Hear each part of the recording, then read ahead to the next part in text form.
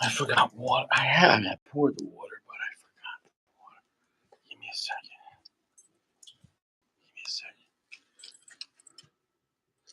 Richie. I forgot my water, baby.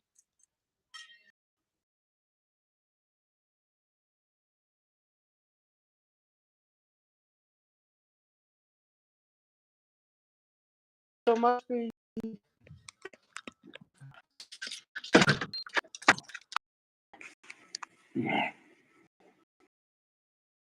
Cheers. Agua. Agua is the best. You gotta stay fresh. I'm always fresh. I mean, you get dirty the day. That's why you shower. What's that, Brad? That's why you shower twice a day. You shower when you get up, right? You shower when you get up. You gotta stay fresh, right?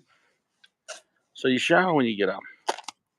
Then, when you come home from work, you know, within reason, maybe right away, maybe it's an hour, because maybe you want to hit the gym. But bottom line, you gotta shower again before you're home. You shower because you have to leave, and you shower because you have to come back. It's like a yin and yang, but 2 showers is the minimum. I can't stress enough, you know, unless if you're sick and you're just laying in bed, okay, then 1 shower a day suffice. But you get what I'm trying to say. You gotta stay fresh. I can't stress it enough. If I could do it, you could do it. And you should be eating prunes every day. Wow, it's quite a nice evening right now. It's quite nice out.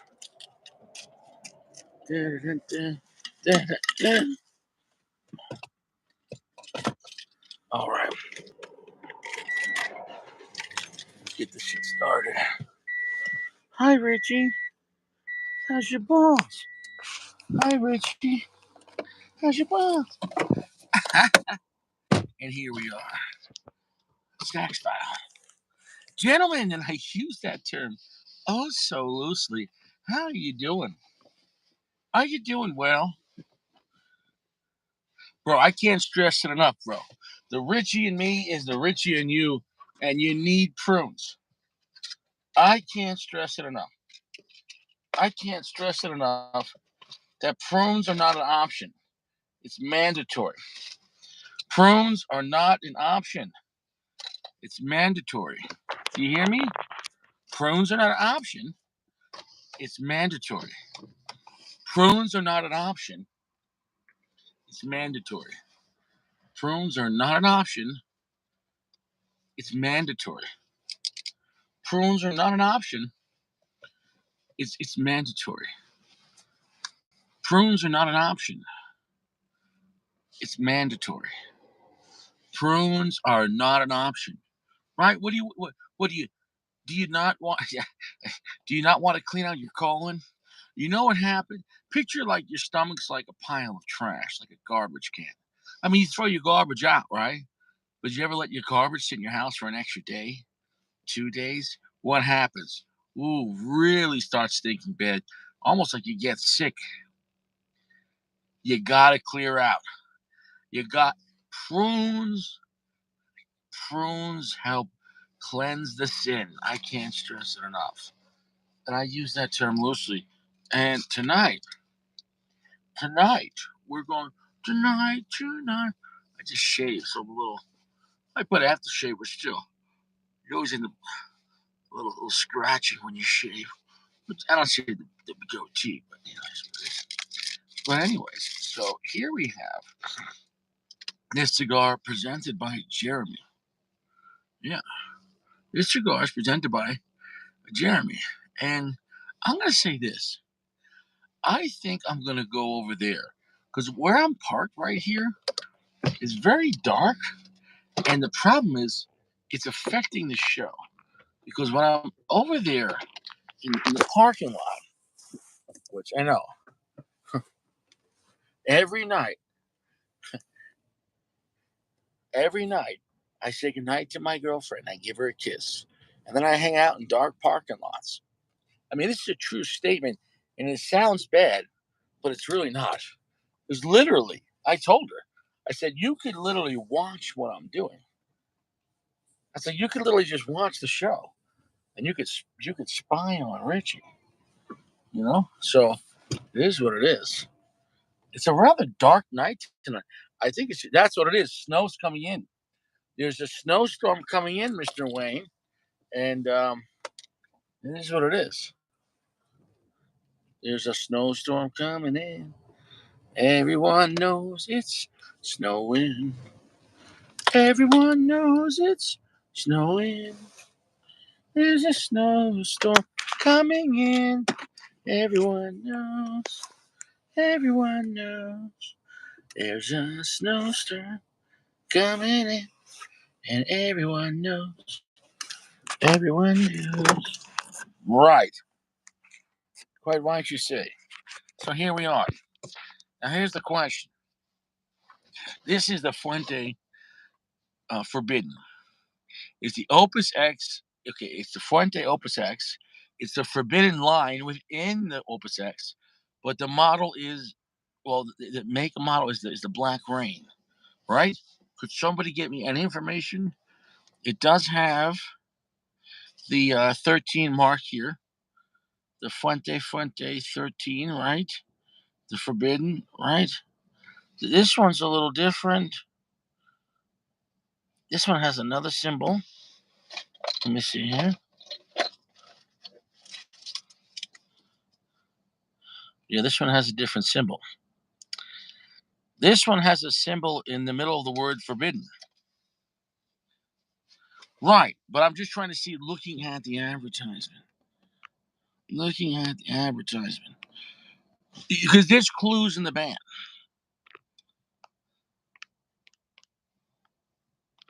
There's clues in the band. Joey Esso smoking CAO. Nice, bruh. Jeremy's here. Notorious is here. That's it, bruh. Caleb's here, bruh. Quality soap. Can't stress it enough. Jason Garza. Quality soap. Can't stress it enough. And here you are. And here you are with Richie. I can't stress it enough. You need to drink more water, less alcohol. Water. Water is what your body desires. Come on, baby, light my fire. New York beard. What's up, bruh? What's up, bro?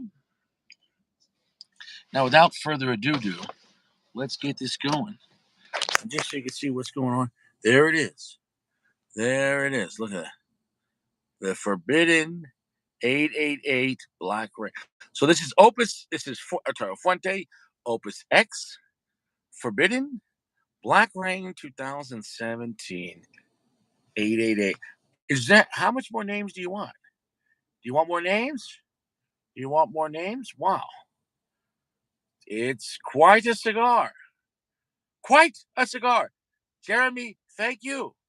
Thank you, sir. Thank you, sir. Sir. Thank you so much. Thank you, dear friend.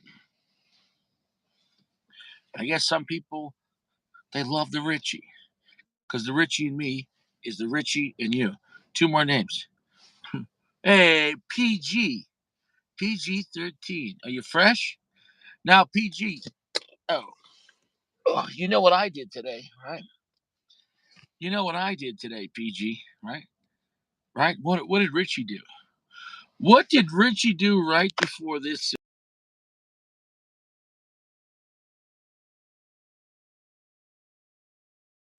I had a grand old time. You got to be fresh, guys. Look, this is the natural order of the day. You wake up, you get fresh, you take a shower, you go to work, you come home, you go to the gym, whatever it is, you eat dinner, you get fresh again. You get fresh again. After you got fresh the second time, maybe you pound it with the missus or whatever you got to do of age. Then you say, all right, good night. And it's time for a cigar. This is how you live your life. You don't do drugs. And you notice I didn't say anything about alcohol. Very limited. Very limited. Very limited alcohol. Chewy, what's up, bruh? Yeah. Yeah, yeah, yeah. That was nice.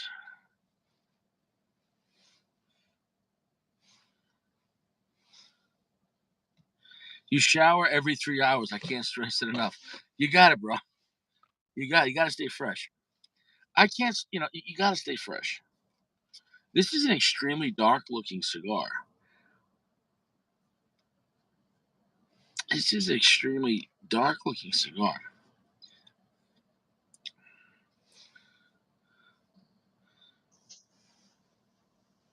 Sup, bruh? What's up, brother? How's your bath? Fresh. I showered earlier. Fresh. Because cleanliness is close to godliness, right? Being fresh is saying, God, I appreciate what you gave me and I'm going to take care of it. Being fresh doesn't mean you don't go to Yeah. work or do what you got to do, go to the gym or whatever, go play in the mud. But as soon as you're done, you get fresh. Meaning, as soon as you can get fresh, you get fresh. And that's what I'm saying. Fresh is not an option. It's mandatory. Yeah, it's mandatory. You had a good day at work? I had a long day at work, brother. How was your day? You know, wasn't bad. Was it? It had some moments, but I think I've just found a way that no matter what happens, instead of me looking at like this, at what's going on, I just control what I'll allow my responses, and that's easier. Like no matter what's going on, I'm going to do this much work every day. Yep. Right? So if it gets crazy, well, we could chop it up into 8 sections or into one big section of 8. But I'm not going to ever do 16 hours of work in 8. I'm not an idiot. Yeah. You know what I'm saying Right. though? Mm-hmm. Right? If you want me to sleep over, you got to pay extra. Yeah. You're human, just like everybody else. Yeah, Richie has feelings. Yes, brother. I hate to tell you, that's called the purple rain. Sorry to correct you, but it is the purple rain. Right? No, that's what I said. Right? I said it's the forbidden. It's the Fuente Opus X, forbidden 888. That is the purple rain, right? Like where does Correct. that? You said black rain earlier. I was I, correcting black rain. You know what I meant though. No, why? The rapper. The rapper's very you. I dark. think you titled the live Black Rain too. It doesn't matter. Doesn't Did I matter. really? I Wow. think you did. Doesn't matter. Well, maybe I'm renaming this cigar Maybe you are. Maybe because you it's are. but it's a black wrapper, so it should be Mm-hmm. called black. I, I don't know Everything, what everything about that cigar is undisclosed. So, the mystery. unfortunately, I don't have any information for you. I'm going to assume it's obviously some type of Maduro or Oscuro wrapper, but other than that, and probably all Dominican, obviously being an Opus X. But other than that, we don't know. And why does it say 2017? Is that the year of the release? That is the year that cigar was rolled. I think they released that. That was a 2020 release. So I believe they rolled them and let them sit for 3 years before they released. Wow, that's a long time. Yes. That's a long time. So I got that box in 2020, but yeah, those cigars were rolled 3 years ago. So this cigar has 6 years of age on it, and you've had it for 3 years. Yep, almost. Oh my god. Yeah, I'll let you get into that. Oh my god. Wow. Wow. The initial impression is really good. I can't fake my emotion, right? You know, that's wow. Okay. The initial impression is actually pretty sharp spice with a lot of sweetness, though. Hmm. And I can't place that sweetness. What? I almost want to say citrus, but I'm going to sound like that guy who we were making fun of. Oh, the Tim Rollins guy. Yeah, Hey, he's all right. I got no problem with every cigar he smokes has citrus. Now, I'm not saying I've never had a citrus note. I surely have, but not in every cigar I smoke by any means. it. Yeah, he was tasting peaches and Yeah, I don't know tangerine. The guy's in shape. He probably eats a lot of fruit. He's a strong yeah, guy. yeah. He's just eating fruit. It is what it is. I respect him. I don't disrespect that guy. I mean, he's not my favorite show, but as Man to Man, I don't have a Yeah. problem. There's other channels I would disrespect. Him, I got no problem with, you know. But No, hey, I'd be lying if I said I never watched any of his yeah, reviews. yeah. But Richie ain't afraid of no one. Yeah. Richie ain't no bitch. Hmm. Richie. They should have like a cigar channel, like not what's the proper word? I don't know. Maybe arm wrestling. Maybe I don't know. Just a brawl. Just they should just have a they should just have a cigar reviewer like like a professional brawl. Like maybe you have sides like 6-on-6 or 5-on-5. I don't know how it works. Like they just pick, you know, Cigar Vixen's the referee. she's the referee. No one's hitting. That's I the 1980s to me, men don't hit women. What women don't get to hit men either though. It's not like meaning once you become a combatant, if a woman's punching you in the face or pulls a knife on you, well, that's a combatant. It's like the Yeah. rules of but I'm saying no, but but no, but meaning other men I always take as a threat automatically. And then respect makes me all right, chill out. Women, that shouldn't be a factor because that's just awkward, because I think it's dumb on their part that if a grown woman walks into a bar and like thinks she's gonna break a bottle over a guy's head and he's like, oh, that's terrible. Like did you see that Russian video at the Russian club or no? No. I think this woman like hit a bottle or like she punched a Russian bouncer in the mouth, and he right hooked her the faster than you ever seen in your life. Like it's just head over Yeah. here. But she he told her to go home, and she laid hands on him first. And like they say, fuck around, find out, and that was lawful. It's still sad though, but like I said, nobody has a right to touch you like that. And if somebody hits you, I'm not talking about a midget. I feel like if a 3-foot midget's hitting you, you just gotta take it in stride. Yeah. Yeah. I mean, how hard can he hurt your knee, anyways? Yeah. You know, How's the darkness on that cigar so far? What would you say? Or do you want to give it some time? I need to give it some time. It's very smooth. It has a lot of time. I need to give it some time. What are you getting out of it right now? Happiness, complete joy. We were talking about midgets. It was funny.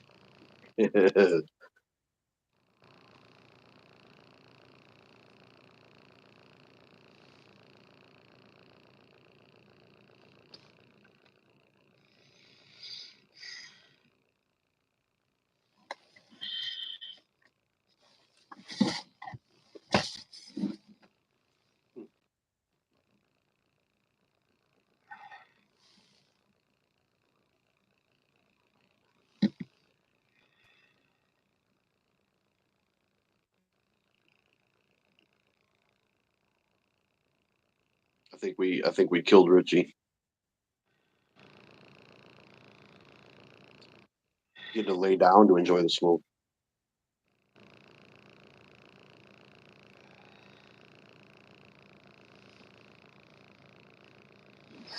Fucking marvelous. Marvelous. Marvelous. I don't know how to place this cigar. Right off the top, the Dubai 17 is still superior. So I'm not going to try to compare it to that. But can it be in that realm? Yeah. Could this be the second best Opus I ever had? We'll see what happens towards the end. But I'm telling you right now, it's superior to the regular Opus blend, which I love, which is insane. I love that cigar. It's superior to that. It's superior to the Oscuro blend, which I love, but this is more complexity. Um, about medium to full in strength. The finish is about medium, but it's lasting long on my tongue.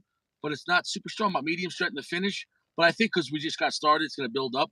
Opus Texas have a way to like by the time you're done, really coat your tongue. You know what I'm saying though. Um, Yeah. but do I love this cigar? I love it from the first puff. Like the first puff I took, it just sparked my mind up. Like, oh shit, Yeah. it's phenomenal. I could see why guys go nuts. Now, is the price gouging happening for $175 a cigar, yeah, that's insane. But would I pay $50 for this without even flinching? Yes. Without even flinching. You know what I'm saying though? Like, you know, I would. Yeah. I'd pay more, yeah. But I'm just saying, like, with like, I don't know what's the original pricing supposed to be. Yeah, I mean, I've seen prices range in, shops 75 to 125, in between there, usually. But what was So the that's, effect supposed to be? I'm sorry, what was that? What was the MSRP supposed to be? $30, 40. That's a good question. I'd have to look that up. I'm sure below $75 for sure. Yeah, that's what I'm saying. Like in the real world setting, this should be like a $50 cigar is expensive, man.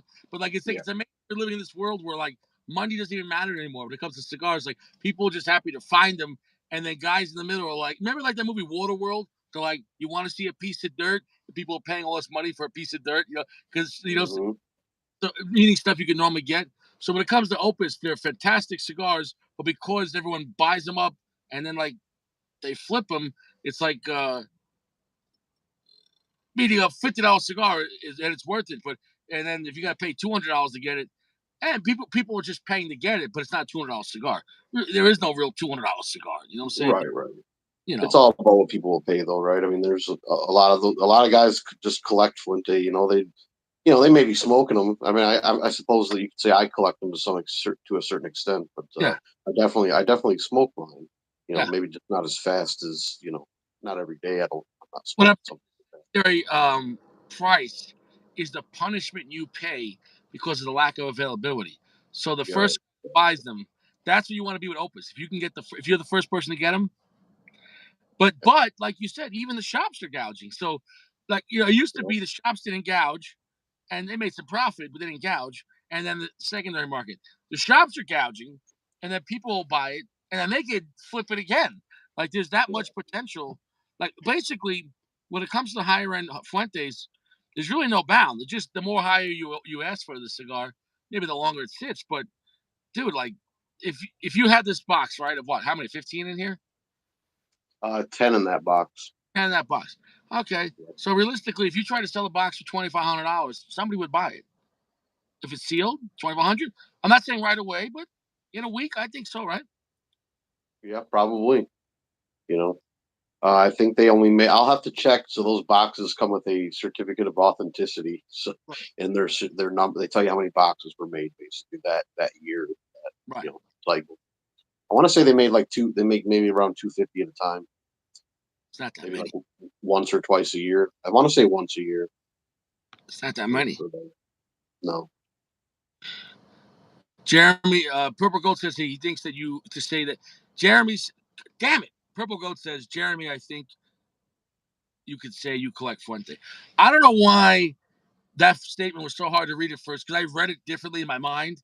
Did you ever read something and you say it, but it's not you said what you thought you read, but it wasn't what you read, and then Yeah. you're like, it's I don't know. I don't know. All right. Yeah, PG. You're probably right. Like I said, I mean, I know some of you guys saw my humidor tour a while back, but I started out mainly into Fuente, when I got back into cigars really heavily. So I it, think Fuente, I said Fuente. Fuente. I think Fuente is probably the smartest investment because you're not going to be getting fakes, right? Because there's some great Cubans, but there's a high chance of getting counterfeits. So you're not be getting fakes. You know that you're going to enjoy them. 2, 3, they're still probably going to age really well. 4, if you ever want to sell them, somebody will buy them, and the more time you oh, keep, yeah, the more they're worth. and Does that make probably any? sell them for more than what I bought them with age on them. Yeah, you could literally invest your portfolio. You could like Mhm. divest your 401k into Fuente. In fact, that sounds great. 401k Fuente. 401 Fuente. Yeah, I'm putting 22% 401 Fuente with a 5% match from my company. Right. Sweet. I I'm. collect Fuente, but I'm gonna smoke them all. He's Sub says it's like Pokemon. He's got to catch them all. Yep. Yeah, you get that itch that you can't quite reach. As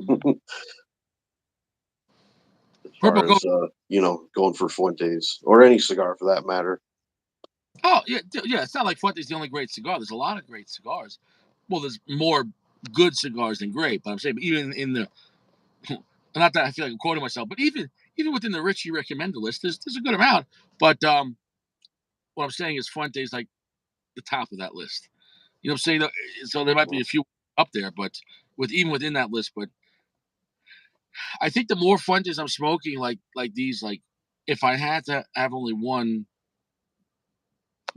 blend per se, with I guess could you call Opus X a blend because it's like how many blends? So like let's say if you take Cohiba Black, that's a blend within a brand. So Opus X is a blend within a brand, but Opus X really is a brand within a brand because it's not one Opus X.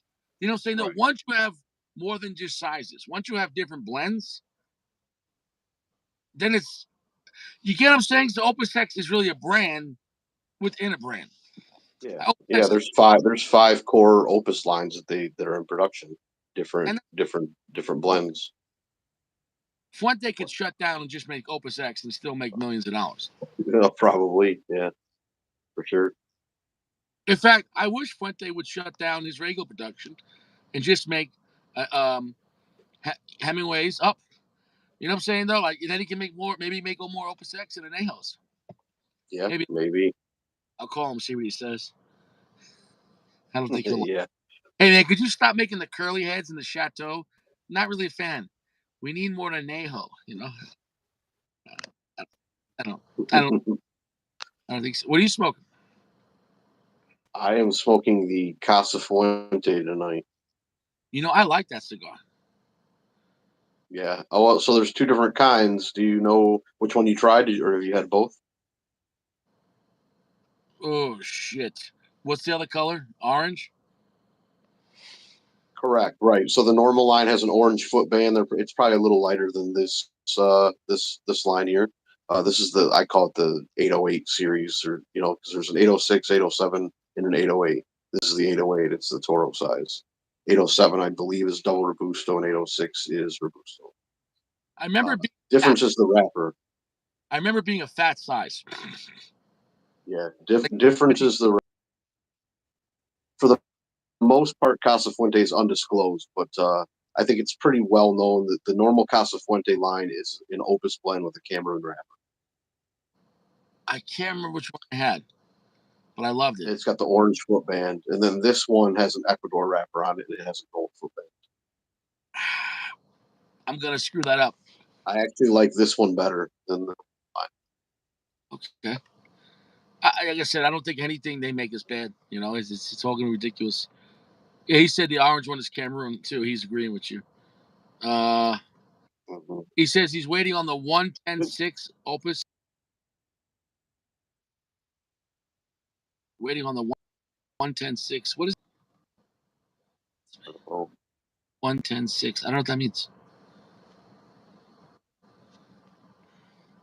Yeah, big firm. The Cameroon one is good. I definitely don't hate it. I prefer this one better, but one issue I had with the Cameroon, the normal with the orange footband, the finish for me just isn't there. For some reason, the Cameroon on that cigar just does. I don't know if it's the Opus fillers and the blend that's overpowering the Cameroon. It's not like smoke. You know what I mean? Like the Hemingway. You're smoking a Cameroon, or Don Uh, Cutters. You're smoking a Cameroon. Chewy, he's speaking in code. The 110.6. AJ, you know what I'm saying though? He's Oh, waiting for AJF to make Opus X. That's never gonna. I, That's I got never gonna happen. yeah, but the Cameroon wrapper seems to me a little washed out in the normal Casa Fuente blend. That's what I was trying to say. I get what you were saying because it's not a super strong wrapper. So then you have the Opus X, and then I don't remember which one I had. Isn't even really there, and it might be the size I saw Busto, so maybe I need to try it in a smaller ring gauge. Yeah, Maybe it might be better in a smaller yeah, I'd like to size. have Cameroon cigars in like Coronas. That'd be nice. Shortest. Mhm. Big Firm, what's up, bro? You staying fresh? Now, I don't think I'm gonna be able to grow the ash on this because of not that it's a Lancero, but what is this 4046?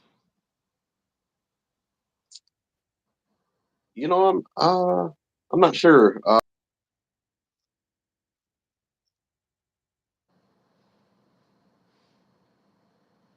Bro, this cigar is phenomenal. This cigar is phenomenal, bro. This cigar is, Oh yeah. bro. This is doing so much. Bro. Before when you were talking, anyone interrupt, but I was getting like Uh-huh. spice, like sparkling spice, almost like like champagne. You know how it's like moving around and bubbly. At the same times, I was getting like a very sweet, like grape note, like a very like pungent fruit, like a fermented fruit, almost Mhm. like if you had Yep. sparkling wine. You know what I'm saying? Like red wine. My grandmother used to call it frizzante. The Northern Italians, they have like a bubbly, almost like Chianti. You know what I'm saying though? Or my grandmother used to mix cheap red wine with Yeah. a flash I of get that Pepsi just same to get type a little of. bubbles. But dude, dude, that was worth right the price of admission right there. Maybe the Purple Rain is a note, is a nod to the grape note, bro. I've never had that before in a cigar. It's Yeah. But it's got some power to it as well.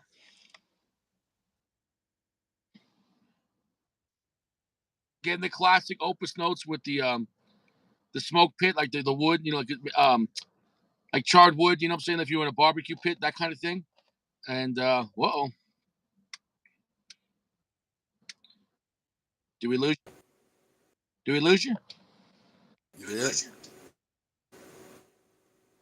Oh yeah, I hear you.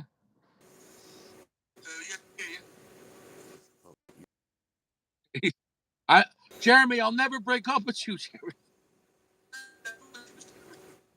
We are get a bad connection. Do you want to disconnect and reconnect? Yeah, we're gonna disconnect and I'll send you right back.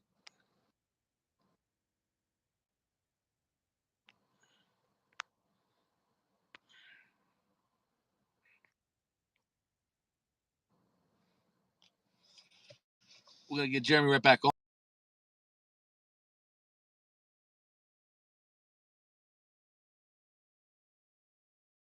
Gio said tonight I'm gonna smoke. Yo, where's Gio?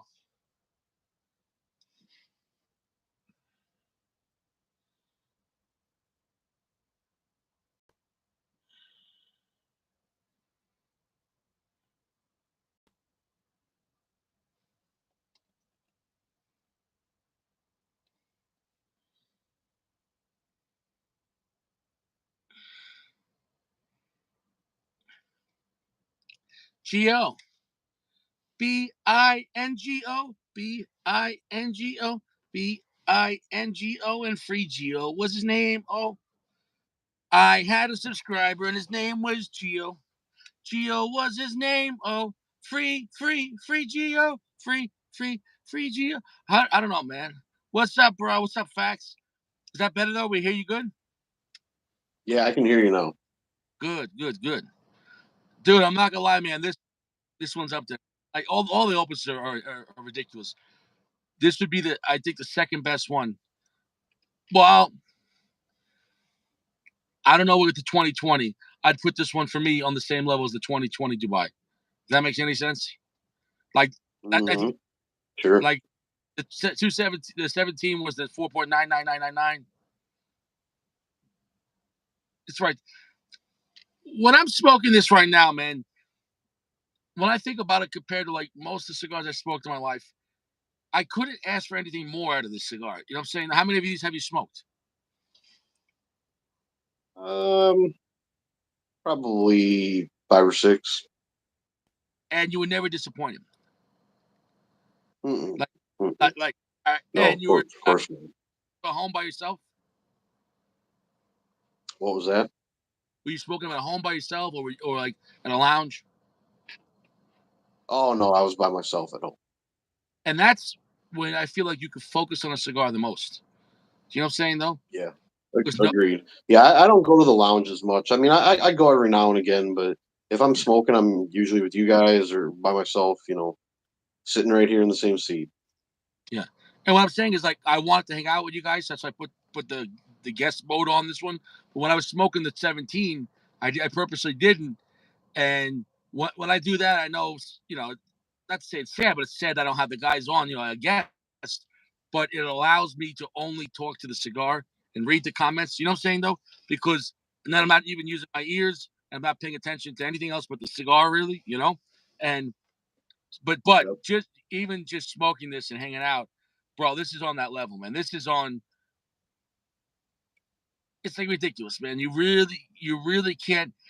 Like with these forbidden level cigars, he outdid himself. Like I don't, you know what I'm saying? Like whether it's the Dubai and this one's underneath that one, but when I say underneath the one, it's like saying you're second to a general. It's like a 3-star general. Like yeah, like still not. He's got a lot of power. Um, these cigars are phenomenal. Like and there is one problem is the availability because the Hmm. availability affects the price. The regular price I think is not expensive. If this was a $40-50 cigar, I'd buy that every weekend, once a week. But because it's not available, or when it is, they go bye bye and then they get flipped. You know what I'm Yeah. saying though? So that's Oh yeah. so maybe not that's a problem, but I guess maybe the problem is to make a cigar on this level is so hard, takes so much time that is what's the word I'm looking for? Um, that's unrealistic to expect this kind of cigar to provided to the whole world at any time. Do you know what I'm saying though? It's not Hmm. possible, right? Yeah. So that's the only downside is that you understand it's very limited. Unlike Rocky Patel, age limited, rare. Rocky Patel's rare cigars, I see them at every gas station. Oh, they're rare. Yeah, he lets them age for 3 years after. They're rare. Uh, BB Detroit. No, I have not tried the 25th Opus. If that's what the one you're asking about, the 25 year, the 25th Opus. I think it has a green band, right? I have not tried that one. That's a little too rich for my blood. Those are 250. I mean, anywhere three. I think Sacco just paid 400 for one in Vegas, if I'm not mistaken. I don't remember if he said 3 or 4, but I think he said he lit it up and then he had to go to a show with the missus. He didn't get to smoke it. He Uh, He lit it up and then he said, "Oh, I bought tickets. Let's go." Dude, imagine, dude, I would have smoked that cigar. I just would have wiped it off or recut it. I would have smoked that shit. If I saw you put that on 25th, I would have put it like I don't know, wipe a little hand sanitizer on the top, and then a little yeah, water. I'm good to go, man. I cut the cap. I'm good. yeah. I would smoke that. Fuck yeah. Yeah, I'd bro. cut the end off. I'd cut it down. Like I don't give a fuck if it starts unraveling. I'll just baby it. Oh, bro. Yeah, I would. Yeah, you could cut a half inch off. That's it. You know what I'm saying? No, shit, man.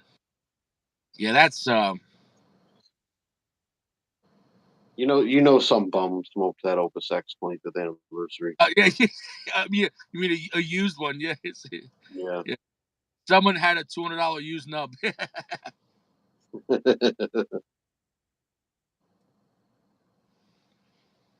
Yeah, that was probably the most expensive thing in the ashtray. You know, yeah. Hmm. I'm sure the waiters that in Vegas probably get a lot of cigars people leave behind. A lot of people take a I would puff. imagine. You I know? don't think I'd be smoking them though. Well, it might be a secondary market of just like the cigars cut down to here. There's no band. You know. Half burn cigars. Oh, that's right. You have to cut the other side too because it went out. Yeah. It's a 3-inch It's kind opus. of like the fillet of the steak, if you want to think of it that way. We're giving you the best part. Well, okay. If somebody cut off an inch and an inch here, and you had 4 inches on a 6-inch 25th anniversary, would you buy it for $10? Probably not, because I know it's going to taste like shit. I would try it for $10. I'm not gonna Yeah. lie. You know it's going to be horrible. But at least you could tell your friends you had it. Yeah, I suppose. Now, me, I'm talking too much, and the what do you call it? The thinness of this cigar, you can't. It's not like a robusto where you could talk and then it'll stay lit. You know what I'm saying though? Yeah. I had to And go. it's got a very oily wrapper too. So. Yes, it does. And I didn't let it, but it's burning fine. But you have to stay on it. Skinnier gauge cigars, you generally have to stay on it. Hmm. I'm not trying to teach you anything. I mean, you are a cigar expert, my friend. I don't know if I'm an expert. No, I would say you know what you're a very humble guy, bro. You're a very humble guy. Like that's a strong point. You know what I'm saying? Though it's better to be humble than to be cockiness for no reason. You know what I'm saying? Though. Yeah, You know. definitely try to be. Yeah. Well, humbleness is a, what's the word I'm looking for? It's just a word for that. Is a virtue. It really is, and it gets you more places in life. Like Yeah. you ever work with someone who's just an asshole, and you have to deal with them, and you're Oh, like, sure. Oh I yeah. don't I will never, and you know that person's just probably having a miserable life because Hmm. I like Yep. he said dry boxing. Yep. Yeah, the purple Sounds $5. It's $55 on the 55. Yeah. That's probably right. But yeah, I don't think you'll ever in your life find it for $55. I would be shocked if you did. maybe at an estate sale if someone dies. Like Yeah. no, I talked Box of to Purple Rains for $20. bro. I talked to someone that does estate sales out in Colorado, and like Hmm.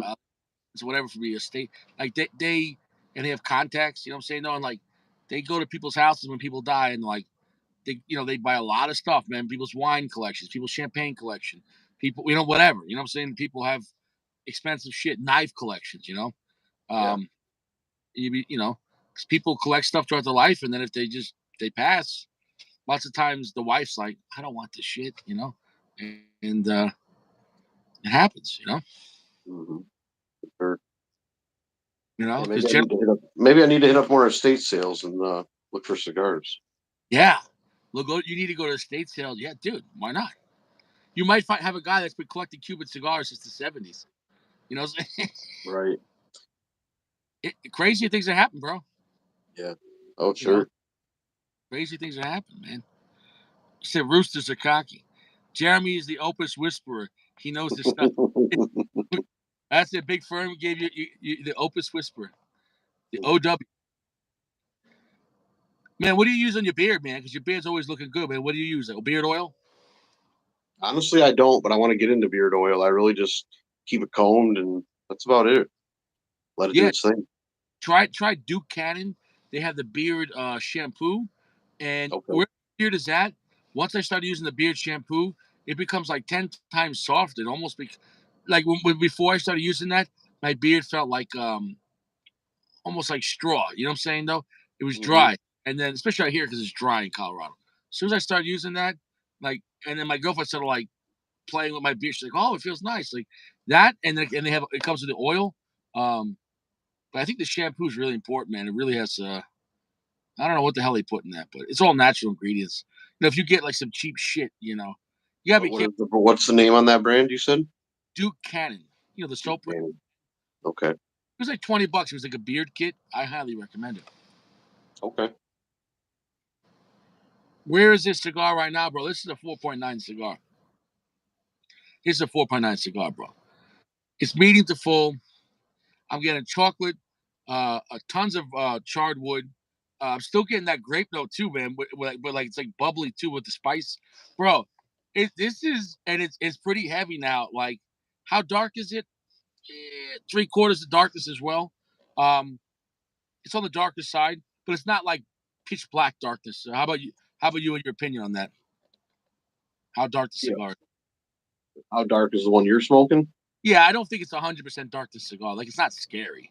No, no, no. It's not. No, I agree. I don't think it's not 100 dark. It's hmm, I don't know. I'm trying. It's been a bit since I've smoked one. I don't know. Maybe like 80, 85. Yeah, it's right there. And Yeah. definitely, it's like and I wondered what this tasted like 3 years ago. Did you have it in 2020? I did. Was it stronger? Yeah, it was a little stronger. I don't think it's not it's not a big leap or a huge difference, but I think they have smoothed out a little bit over those 2 or 3 years. Bet. Know what I noticed the most with age is not on the puffing, is the finish. I believe the Hmm. goes first. A finish becomes, you can still have a long finish with the aged cigar, but the finish is not as strong. Does that make any Yeah, sense? yeah, So it puffs. There's not a heavy resignation on the tongue.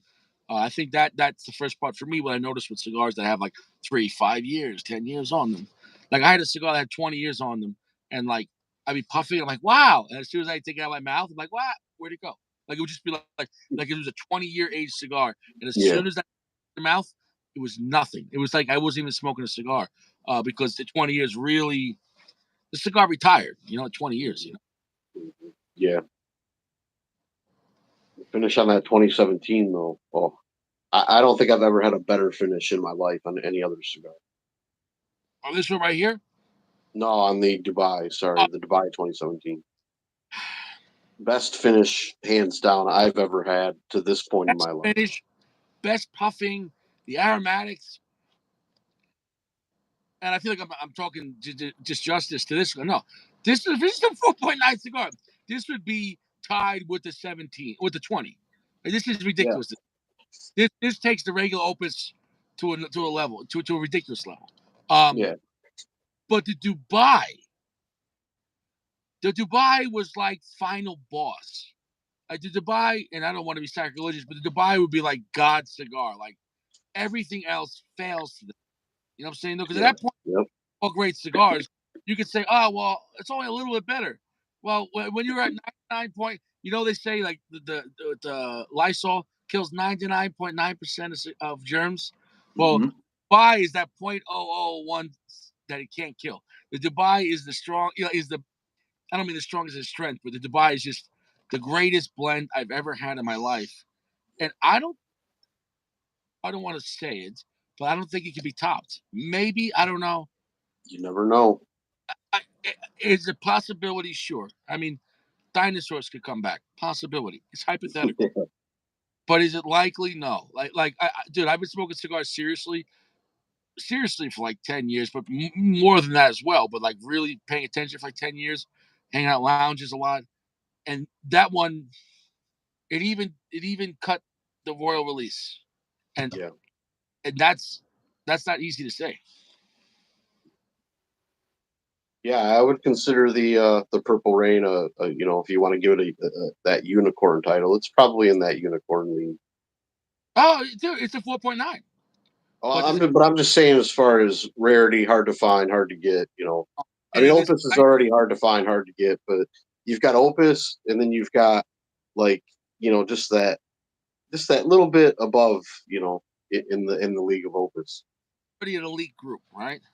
Yeah, And to get to that group, there's tiers within that group. So it's like a micro tier. yeah, So yeah, there's a difference.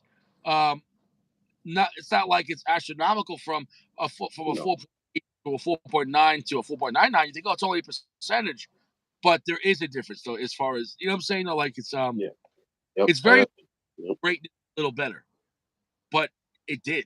You know what I'm saying though, and I gotta really say from the bottom of my heart, man, it was an honor to smoke that stick, man. Like I'm sure you didn't send that lightly. Like that.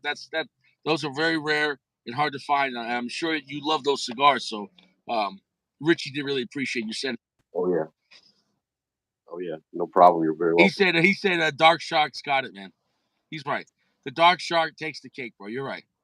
Dark Shark.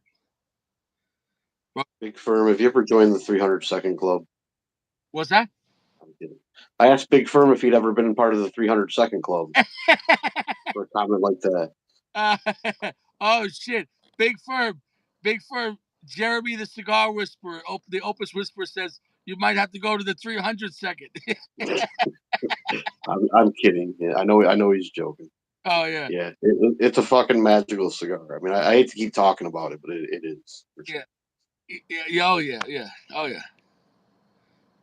Yeah. He said Big Firm is in danger. Yeah. But where's Gio? Where's Gio?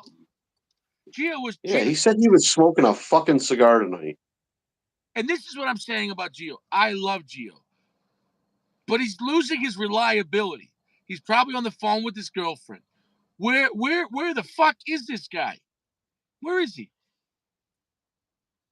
And he's part of the private chat, and he knows that I was going on. I said 8 o'clock. Yeah, dude, Lost City's ridiculous, man. But there's no bad Opus X. Where's Geo? Where's Geo?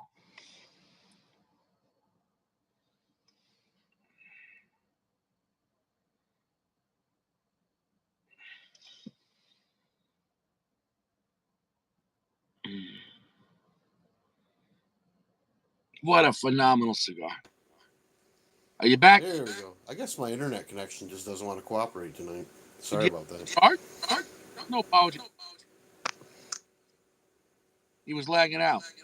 I only had the Lost City 2020. It was epic. Yeah, Notorious. It's a great cigar. And you know what? I have it here. I gotta have that again. Those are available. There's a cigar lounge, but they're gouging $43, so they're available. Like at that lounge, they sell mostly mid-tier Yeah, it's indoor a bit cigars. high, I think. At least for my area. I know different states have different taxes and shit. So The thing is, that cigar lounge, like guys are smoking like 10 out collection has like that cigars that price. Wait, because it's more of a mid-tier lounge. If you want it, you know what I'm saying? But he's gouging. That's hot. yeah, Notorious. I'll say this though. I mean, if you ever get a chance to try the regular Opus blend, I would definitely recommend that, of course. Well, here's the thing. That's the core line. 'Cause it's very different from the Lost City. I have to say. I mean, the profiles are opposite ends of the spectrum to me, anyway. I think regular stronger. What do you think? You said what? I think the regular Lost City. What do you think? You think it's stronger? Yeah, for me, Hmm. maybe Lost City dark, but I think for the finish heavy on the. It depends how it hits you though. Yeah. Yeah, Well, you what? might be right. You know, maybe the Lost City is darker. I would say it's darker. But I found. I don't know if the word was mellow. Not a cigar. But I found the regular lively. Different kind of cigar. And I don't know how much we did, right?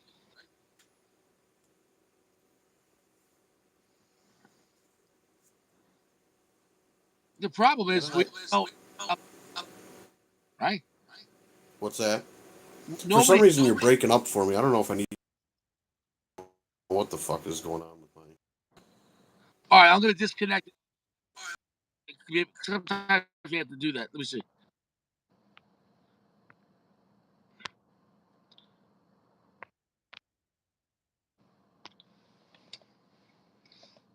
Oh, Lost Cities are fantastic. Lost Cities are fantastic. Yeah, but the Lost City's a different. Lost City's a different cigar than the Opus. It's different. Oh yeah, it's Lost City was fantastic. Yeah, is that better? How about now? I guess every 10 minutes I got to kick you out and bring you back. Yeah, there you go. I can hear you. Yeah, sorry. I don't know what the fuck's going on. Jeremy, you don't got to apologize. You got insurance for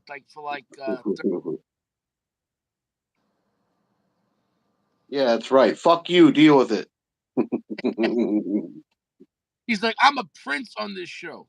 I'm um yeah, I think the regular Opus X, like you said, has more pepper spice than. Yeah, for sure, for sure. Yeah, I think the regular Opus is stronger. I think I would say the Lost City, as far it's just like maybe just a hair more on the darker spectrum.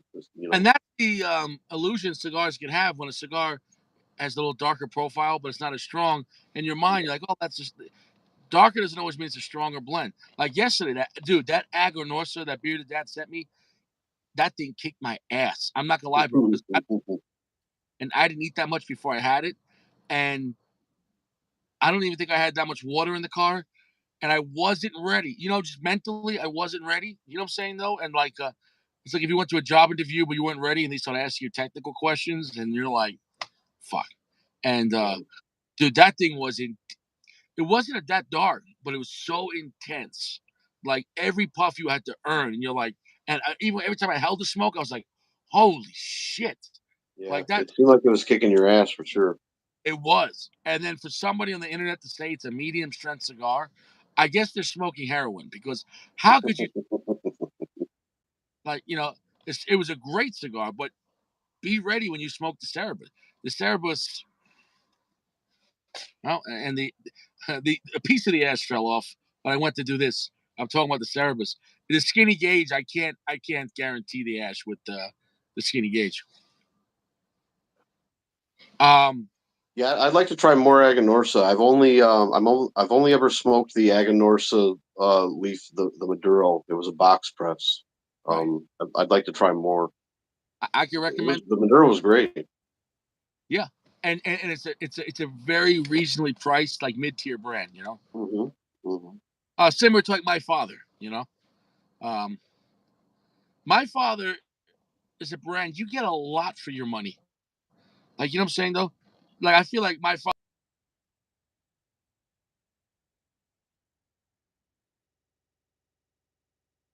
for even like cigars to enjoy them, but for like a working class guy like me, I can have my father every day and it's not going to break the bank. You know what I'm saying though? Right. I'm not going to say they're not.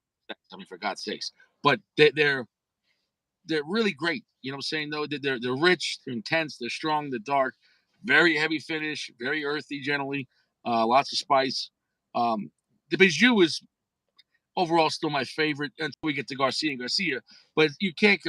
Garcia is like comparing like the Corvette to the rest of the Chevy line. Like, you know, it's uh, you had the Garcia and Garcia. I've never seen it in any shops. You got to drop. It's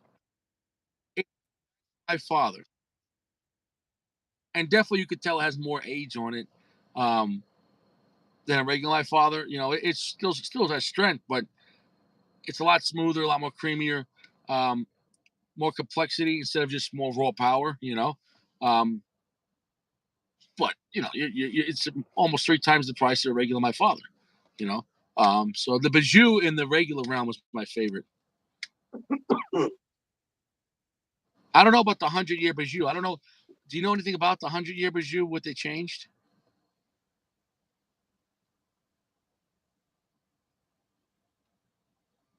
Do you know, bro, or I no? think I got you, man. You Uh, were cutting out on me. What was the question? I'm sorry. the 100-year Bijou. I don't know what the 100-year is for, but is that a different Yeah, blend? I'm not sure. Yeah, I'm not sure. I feel like last year, due to with the whole world situation, we got some new cigars that weren't new, but like Oliva made the 135, same cigar, just a different size. So yeah, it's a new Mhm. cigar. It's you get what I'm saying. That's really not a new release. And I don't know about the 100-year. I don't know. I don't know if it was in a different size or you know. I don't know. I would like to see like a Bijou Lancero, but I don't think we'll see that though. I don't think my father makes Lanceros. I've never seen one. Man, those would be strong if they did, though. Holy shit! I That's what can I'm only saying, imagine. and that's what I'm saying. Like those would be. I would love to have my father Le Bijou Lancero. Um, Yeah, I don't think it's ever going to happen. yeah, I don't think it's going to happen. maybe not. Bijou, the 100 year is more fermentation. All right. I tell you what. I did try the other day. I tried the Flor de what is it? The Flor de Antilles or something. My father. Yeah, that's not bad. Did you like it? Yeah. Well, I had the Maduro the other day, and I did enjoy that one. I did not enjoy the sun grown that I tried before that, though. And that's like one of their like cheaper ones in their Hmm. scale. Still good. You know what I'm saying though? Like they're very affordable. Like I think when those came out, they were $7-8. They were very reasonable. I don't know what they are now. But I that, think that's I paid what's that, $9 or $10 for like a Toro. Good yeah. size. And this day and age, that's a high value cigar. You know what I'm saying though? You get a Yeah. lot for And that was at a lounge. That was lounge pricing. and that's what I'm saying. That's um It's very, very, very affordable. The Crown had. Oh, interesting. It's made by my father. I didn't know that. I've heard a lot about that cigar. I've never tried one. I've heard a lot of good things about them though. No, I've had Lots. them. It's different ones. I've enjoyed them. Yeah. Don't they do a different one every year or something along those lines? Yes, and here's the thing. I don't know if every year they change production. I could be wrong, but isn't there a boutique brand that every year they have a special cigar, but they change who makes them? I could have swore there was one like that. You know what I'm saying? So that way it has a totally different profile. Hmm. And I'm going to screw that up. But I could have swore there was someone that does that. That does sound familiar, but I don't know. I still want to see if they're going to make an Opus X Padron. Can it be? Nicaraguan tobacco? Well, I want a hybrid.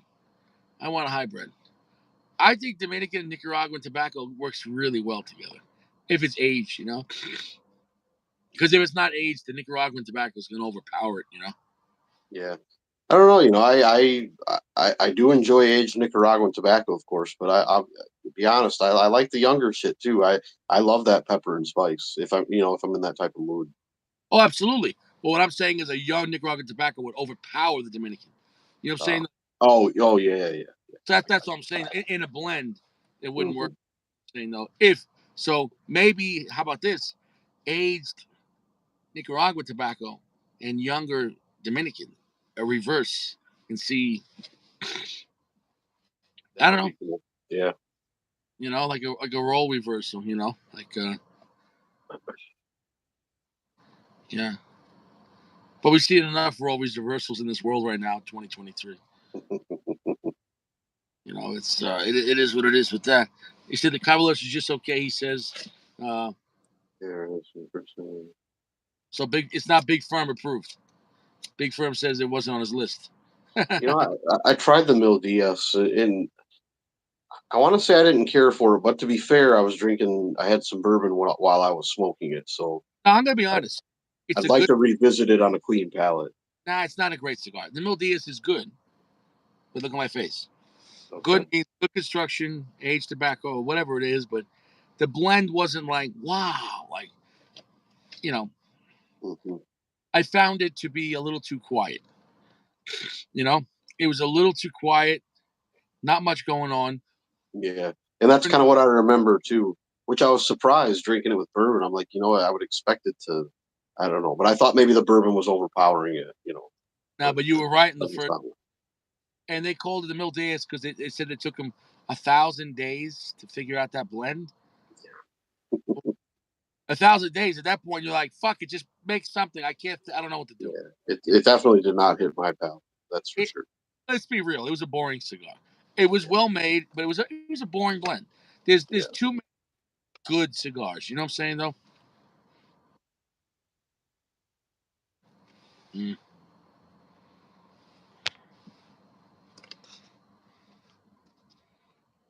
Mm-hmm. Tobacco leaf and liquid. Oh, he's talking to me, Colorado. Tobacco leaf and Lakewood. I haven't seen that place. I don't think I've been to Lakewood. I think Lakewood's south of me, right? Steve and Stephen J. You're the guy that went out here to my life place. I think we'll have to have a cigar with Stephen J. We're gonna have to hang out. That'd be pretty cool. You have to smoke a cigar in the Corolla. He said. The cops are gonna pull up. What are you guys doing in the car? We're smoking cigars on the internet. Smash the like button, officer. So, have you heard what's going on in Illinois now? What's legal? Not legal, but what they're allowing? Oh yeah, we talked about that. The bail. The purge. It's going to be people are already leaving Illinois, but now you could commit second-degree murder and be released the next day, and they give you a ticket saying All right, you got court in a month, literally, and then you could get arrested the next day for murder. I'm sure those people are going to go back to court. No questions asked, right? They're not going to not show up. Yeah. You know what I'm saying though? Like we don't live in a reality with equality. Because let me explain. Like there are people like you that go to work, pay your taxes, pay your property taxes, right? Because they don't negotiate. Like if you don't pay your property taxes for a year, the state's not going to go, oh, you know what? Don't worry about it. You know, there's no bail. See us next year. Right. No, they'll lien on your house. They'll put a lien, right? They put a lien on your property or your bank account. I don't know what they could do, but the bottom line is it's going to be bad for you. People in Illinois could kill some. I'm not talking about justified self-defense. I'm talking about they could commit second-degree murder, and they're like, all right, we'll work with you. We'll work with you. We got you. Come back in a month, all right? Like, are you kidding me? You know, like, like car companies don't negotiate. If you miss out on paying your car bill, they're gonna tow your car away. They're gonna, you know what I'm saying though. Right. So Right. car companies are more strict than the criminal courts in the state of Illinois. Isn't that crazy? Like car companies don't negotiate. Hey, I don't got the money. It's been 3 months. You got our money? No, please don't take my car. I gotta go to work. And my grandma's sick. And then in the middle of the night, you see that tow truck coming up. You know what I'm saying? Dude, I see tow trucks take people's cars in the middle of the night. They'll come in Oh, fuck yeah. because it's not your property, man. Oh, yeah. If you have a loan on your car, you're just borrowing it from the bank. Yeah. Oh, yeah. Evan, I've not tried the EP Creo over. What are the overruns? Are those like seconds or I don't know what you want to call them? Yeah, sounds like it. I never heard of them, and I never want to say I never trust those kind of situations because they'll say like on Cigar International, they'll say, "Oh, it's a Leva. We can't say which Leva." Wink, wink. But they're like, it might be the V, might be the Milano, might be the Series G, but they're factory seconds. They can't say what it is. That's what they say, right? And you're telling me you're gonna get a Milano V without a band for like $3 a piece in a bundle? Like it's not gonna happen. You know what I'm saying? No, C-bid's different, but I'm just talking about regular pricing. Like you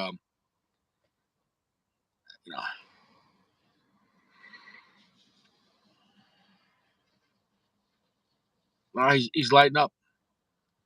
He's going to work. Yeah, I never got to the factory seconds. Yeah. Yeah, I'm trying to think. Yeah, I don't think I've really tried them or smoked them. Are you sure you don't want to add them to your collection? No. Now, If, I, if a day comes and that's all I can afford, I'll smoke them. But thank God, I'm blessed and I can afford a little better. what about this though? What about if you could get Opus X overruns? See, I'd give those a fucking try for sure. Bro, if Fuente's like, listen, we have these Opus X's that they didn't age right, $5 a piece. Like, Yeah, I'd fucking give them a whirl. Hell yeah. I'd buy as many as I could. I'd take Mm-hmm. you know, yeah, Oh, yeah, come but on, Purple Goat. I don't think I look that bougie, if you will, in the young man's terms these days, do I? no, you got to respect the flex, man. You flexed on the lounge, man. They're respecting your flex. Yeah. They're respecting you. And speaking of flex, where is Flex Luthor? Where is Sacco? Yeah, I thought I saw him earlier. I'm not sure.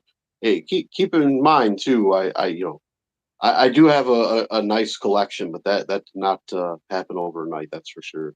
That took time. How many years?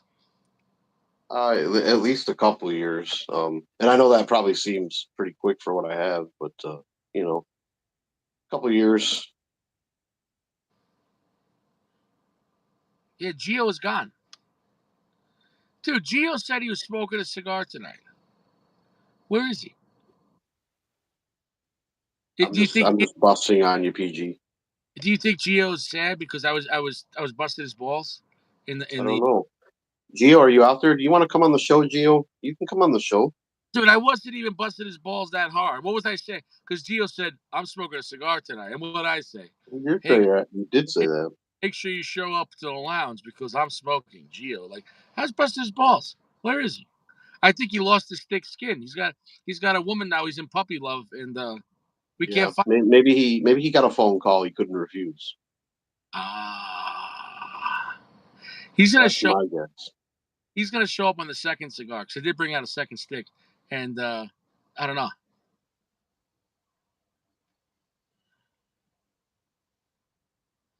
What did he Yeah, say? I think you're right, PG. He is. Yeah, Oh, uh, there's Sacco. Sacco's here. that's it. Steven said that the shop owner told him Opus Angel Share tobacco got ruined in a fire, and a trailer full of Opus X got stolen from the factory. How? You would think Fuente has good security, but you never know. It could be inside job. Are you telling me that there's a bunch of Opus X available on the black market? Hmm. I didn't hear that. I do know that some Opus wrappers got damaged with hail or what by weather maybe this past year, but I didn't hear about anything getting stolen. That's crazy. Bro, I'm gonna say this. Carlito Fuente's a cool guy. He's a gentleman, but I don't think he's the kind of person you steal Opus X from. I think I think he'd be gangster as hell. Like you know, what I'm saying though, I can just picture like Carlito with the guy in the back of a field. You just hear bang. He's just like, and that's Yeah, that. Like, right. you wouldn't want to get caught stealing like 100 boxes of Opus X from Carlito. Like, I think he's got people with gats. I think he's got armed security, legal and illegal. I think he's got the money to protect his shit. So Yeah. whoever stole, boxes of Opus X from Carlito, rest in peace. Like, you know what he'll do? He'll make an Opus X next year with that guy's name. So let's just say if the guy's name was John that stole the Opus X, right? He'll be like Opus X, like Ode to John, or he'll make a special size called the Johnny Boy, and like you know, like I think most of these guys that even like look at AJ Fernandez, bro. That guy, how much money AJ Fernandez got? So you don't think he's got security or he's got and those countries down there, man, like there's a lot of violence like in Nicaragua and in Dominican Republic, I mean like anywhere else, but I mean like Yeah. if, in those countries though, like if you got money, like that means you pretty much own the police, so you Yeah. could do whatever you want down there. I'm not saying you can't happen here, but it's a lot more difficult than like down there. He'll bury your girl tobacco plant. Oh, There you go. It's an off-season crop. It's an yeah, off-season crop. exactly. He'll grind you up and use you as fertilizer. Ooh, that's a spicy opus. I can picture it. Like, how's that cigar going? Really good. It's picking up. I really enjoy these. These are really good. I remember the one I had because of the fatter gauge, that it was extremely smooth and delicious, but it wasn't over. I had to hold the smoke a lot. It wasn't that strong, but also I believe it had a lot of years on it. I think Sacco sent me that one. I think it was like I think it was a fatter gauge, and I think it had a lot of time on it. You And might have had the 800 series because yeah, they only make these in the bigger gauges like the Busto Double and the Toro. yeah, I can't remember the size. Yeah, I mean, yeah, but it's not strong. I mean, it's definitely a solid medium, but maybe medium plus. It's not really getting into full, but Yeah. it's a beautiful cigar. Well, it's beautiful. But how many years do you think they're putting on the Casa Fuentes? A lot or no? Mm, I'm not sure. Not sure. They don't disclose a whole lot about the Casa Fuente series. And why did they even make the Casa? Because I totally forgot about that blend. Because meaning in the realm of Fuente, so Casa Fuente would be up there with the Neho, right? It's not Opus level, right? Or Yeah, so they made the Casa Fuente for the Casa Fuente Lounge in Vegas. So this is basically their house blend, if you will, if you want to call it a house blend. They're still so it's the pretty pricey. best house blend in the world because for a house You cigar, Yeah, you can only normally buy the Casa Fuente at Casa Fuente at Little Caesars, like at the shopping. It's near Little Caesars, I think, in the Emporium area. But they shipped these last year though because the pinks were delayed. So um, a lot of shops ended up getting Casa Fuente for the first time. They distributed them outside of Vegas because the pinks were delayed. Do you think that with the popular, because look, bro, the popularity, you know, the pink, it almost has the same demand as for Opus. Like the Yeah. pink has a major demand. You know, Yep.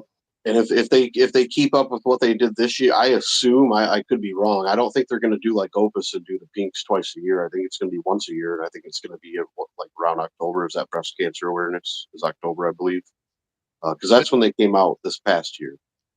So but and that's what they're kind of built for. They're every box sale, like a portion of it goes to breast cancer um, yeah, research and whatnot. So I think they're going to keep it to that one time release each year. If I had to guess. did you notice on and two things? It's $13 per box goes to breast cancer. But did you notice on the rare pink, if you look at the back of it, it has the forbidden 13 symbol. So the 13 is it is kind of I guess you could you see it more on the forbidden, but 13 is actually Carlito's favorite or lucky number, if you will. He likes the number 13, so you'll see that number embedded in a lot of the higher end Fuente bases. So what I'm saying is though, do you think there's any Opus X tobacco in the rare pink or no? I don't think so. No, I don't think so. I could be wrong. Who knows? But I don't think so. I think he likes the mystery behind that. Yeah. You I think because I think the whole Opus line is like a work of love. Like saying no, because he doesn't need the money.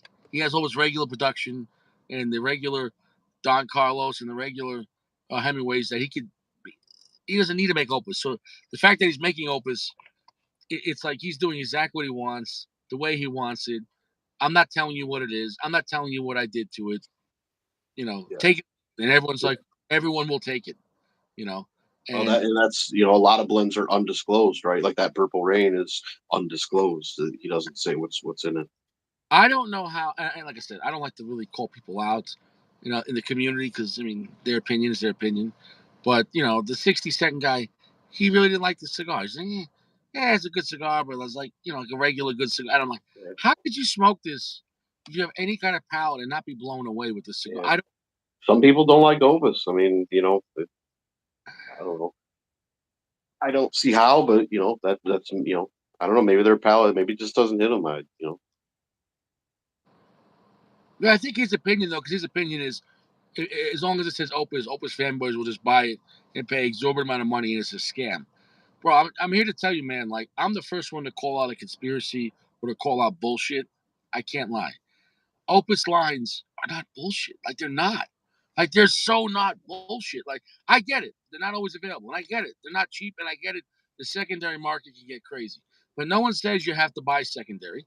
And so Right. when you get them, you get them. But to say that they're not, you know, uh, exquisite, I don't understand that. Yeah. I guess it's hard when you enjoy it so much, but yeah, But like when I'm reviewing a cigar, I have my preferences or whatever, but I put that away and I just listen to the cigar. I don't know how you can smoke like, dude. This is right there with the 2020, so which means it's tied for the second best Fuente of all time, and it should be like in the top 10 of all the cigars I ever had. The number one goes to 17, but to even put that up there, like it's not lightly. It's not like like like what are we gonna smoke today? Purple Rain. Eh. I don't right. like that was the attitude. Like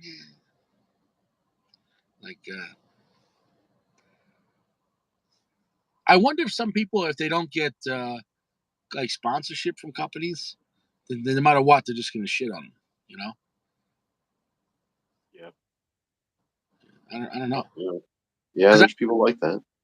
I don't have any like main sponsorship for like big brands, but like I remember like on other his channel, other like he'd have like a Alec Bradley thing in the background, and you know So to advertise the Alec Bradley on every episode in the background is like, all right, so what did Alec Bradley give you?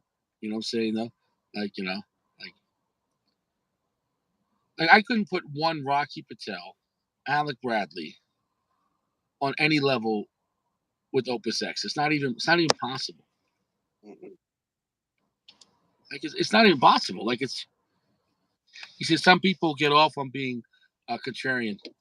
And I get that, like going against the grain, but that'd be like, but this would be like saying this. I get it. So if you weren't a Mike Tyson fan, you could say, "Oh no, I was a Holyfield fan," or you could say, "Oh no, I was um, a George Foreman fan." Fine, I respect that. But to say Tyson sucks because you didn't like him and you don't understand why anyone would like Tyson, you're out of your mind. Like you know what I'm saying? Like you're out of your mind. You know, he's one of the greatest fighters to ever live, and one of the scariest fighters to ever live. Um, but that's what I'm trying to say. So I can understand going against the grain, saying, "Oh no, I wasn't a fan," but yeah, Michael Jordan pissed me off because I was a Knicks fan as a kid. But we all watched Michael Jordan because we knew we were watching greatness. Like Michael Jordan was the Opus X of the NBA. Would you agree with that? Yeah. Oh yeah. I would say as far as impact, yeah. Yeah, bro. Every and listen, all his issues and whatever, gambling and whatever else, selling $400 sneakers, that the people, was just crazy. That being said, every time I watched Michael Jordan as a kid, that guy, he played every game like it was a championship game. I never saw Michael Jordan play and be like, I don't care. Or, I want to sit in the bench. My knee hurts. Michael Jordan, every game, it was like a prize fight. You know what I'm saying, though? That guy, and I remember watching some games where his players were not on their best. And the Michael Jordan's like, all right, I'm just going to win the game myself. And like the offense was Michael Jordan. And the other four guys, Michael's like, I got it. Like I watched games, Michael Jordan being like, I'm just gonna take over. And it would be 1-on-5. Michael Jordan would just play against the five other defense and win. Like that guy was unreal to watch. You know what I'm saying though? That skill level. Because here's the thing too. Mm-hmm. That time frame in the late 80s and 90s, it's not like Michael Jordan was going against bad teams. You're talking about in the beginning, Larry Bird. You're talking about Shaq. You're talking about Patrick Ewing. He was going against real motherfuckers, man. Oh yeah. For brutal games. I remember who was that guy on the Knicks where he didn't he punch a guy in the face or something? Like I mean, the games would get pretty violent back then in the '90s. Do you remember basketball back then? Yeah. Who Yeah, the for guy sure. on the Detroit Pistons? He was really good. I can't remember the name. Uh, Who's um, Hakeem Olajuwon? Isaiah Thomas. Yeah, Isaiah Thomas was great. Remember Hakeem Olajuwon? Yep. Yep. And who was the little guy, the short guy, who was great? There was a couple. God, what were their names? I know who you're talking about. Like the shortest player, like real short guy. Dude, this guy would run circles around people. You know what I'm saying though? Yeah. He was like 5'10" for NBA. It was like he was short. Yeah. Latrell Sprewell, Anthony Mason. Remember on the Knicks? John Starks. John Starks, bro. John Starks had more assists.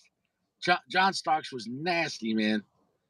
John Starks was a scary. Do you remember John Starks or no? On the Knicks, I don't. dude, that guy was clutch. That guy was clutch with the 3-pointers. And then, well, on the other team, you got Scottie Pippen. Dude, Scottie Pippen and who's that guy with all the purple hair? Dude, Dennis that Rodman. Michael Jordan said Dennis Rodman was the greatest freak athlete he's ever known. He said that guy would go to the less he practiced, the better he was. He would go to Vegas before a game, party all night, bang like 10 women and maybe something else. I don't know. Get 2 hours of sleep and go straight to the game. And Yeah. he 12 rebounds. You know what I'm saying? That Yeah. guy can outbox anyone. Dennis Rodman was the best rebounder. I think so. Yeah. Yeah. 100%. Yeah. Oh yeah, Spud Webb. That was one of the guys I couldn't think of. Big firm. Muggsy Bogues was another really short NBA player. Mm-hmm. No, dude, those guys were brutal back then. Mm-hmm. And then I remember the whole thing with his father. Some people say his father was killed because of his mob debts. Because Michael Jordan gambled a lot. Michael Jordan gambled a lot. I just think Michael Jordan was into high risk. You know what I'm saying though? Um, um, but he was into cigars too. Michael Jordan loves Cuban cigars, I believe, right? Yeah. Yeah. Partagas Lusitanius is his favorite. Mm. Yeah, bro. I mean, and that's what I'm saying. So even though I wasn't a Bulls fan ever, and so going back to like with the Opus X, so even though I wasn't a Bulls fan, there was so much respect for Michael Jordan, and for a while he was the NBA. He was literally NBA. He was like the face of America. Like Michael Jordan, you know, you had the Yeah. three, but you had in the '90s you had Michael Jordan, Mike Tyson, and Michael Jackson. Like you know what I'm saying? Like in the '90s, like holy shit, like the three Mikes. Yeah. I mean, you have those athletes that just kind of transcend their sport. Like you said, they're just kind of a face for everybody knows them, right? Like Bro, even like Hulk Hogan, right? Like everybody knows who Hulk Hogan is. bro, bro. And you think, bro, think about how much. I don't even know how he's still walking. How much damage?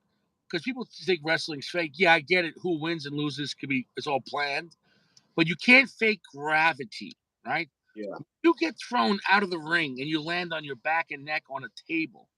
Like, do you ever fall off a ladder? It's not. People generally Oh die yeah. or they're fucked up for life.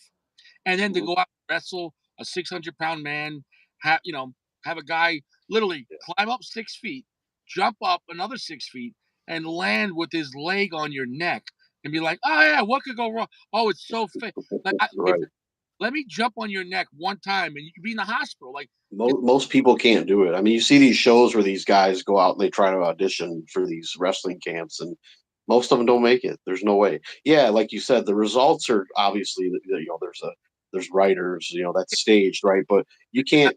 punches, but dude, Yeah, they're okay, not punching each other in the face, but they are hitting each other with chairs. They are throwing each other through tables, and that ring, all that is just the smallest little padding, and it's just plywood.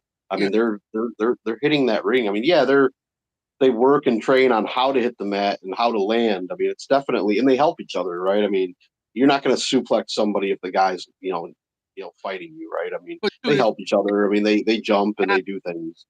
dude, when you turn a 400-pound man upside down, Mhm. you pile drive him, right? So all that weight of you and him now, you're landing on your knees, and you're hoping that his head is just below the bottom, so you don't compress his disc and paralyze. Right. Like, And dude, people have got hurt that way. oh, dude, how, you think even if you don't get paralyzed, you think it's gonna be good getting dropped on your fucking head? Like, are you kidding me? Like, I've never been dropped on my head. I know it's not going to be good in Right. any situation. Oh, there's padding. The floor bounces. Oh, big bro. You talking about guys wearing like boots and a 400-pound guy just slam. Or how about when Yeah, they clothesline each other by the neck and they flip? Dude, that yeah, shit. you're Man. yeah, you're right, Notorious. I was going to say that Stone Cold Steve Austin. I'm sure everybody knows who he is, right? Yeah, he broke his neck. Owen Hart broke his neck, pile driving him, just like Richie's talking about. Lots of times when those guys get hurt, they finish the fight. Like because the ref it's like the ref doesn't mean anything. I remember one guy was paralyzed and the guy kept on like fucking with his body and doing shit. And like you could tell he's like, was he okay? But he kept on going and everyone's like, yeah. And like meanwhile the guy's paralyzed and Yeah, he's still he's still like contorting his dead body. And everyone's like, yeah. And I'm like, just Google and then how about this? Google how many wrestlers have died. Those guys, by the time they retire in the 30s or maybe 40s, they are oh so yeah, banged up, man. They have to pop so many pills for the pain because yeah, all their discs, their joints, the nerve damage. Because think about it, when those guys are doing, if they become famous, they do a circuit, they're going around the world. They might be have 3, 4 shows a week. Bro, landing on your head 3 or 4 times a week cannot be good for you. And then in between, those guys in phenomenal shape. They got to work out, and yeah, they're taking steroids, but they still got to work out. So they're working out, lifting all these weights in between, and then flying yeah, around the world to have guys jump on their head. It it's got to be, yeah. you know what I'm saying though? Yeah. Those guys are on the road like 350 days a year. A lot of them, they're never home. I mean, yeah, you see the once a week TV show or whatever, but you don't see all the house shows that they're doing every other night, in between that just aren't televised. But yeah, you were talking about like discs and just the impact it has on them. Joe Rogan was talking about he met Hulk Hogan uh, a while back, and he remembered him being how tall and big he was, and then he said he met him again several years later, and he was shorter because of all the back surgeries and all the shit that he had done. Bro, he said, and he was in his prime. I mean, not like his earliest prime, but he was in his prime in the late '80s. And his last fight against Andre the Giant, and this is right before Andre the Giant died. And Andre the Giant let him, like he gave him a nod. He let him, because he said, "Oh yeah, you couldn't pick up Andre the Giant if he put his weight on his feet. You couldn't pick him up. yeah, He's like yeah." at the so big, he was 700 pounds. Right. Yeah, you weren't slamming Andre unless Andre let you slam him. So what he said when he picked up Andre the Giant, like he picked him up and they slammed him. He said when he picked him up, he felt all of his vertebrae, all of it go, everything just get Yeah, I heard that. bro.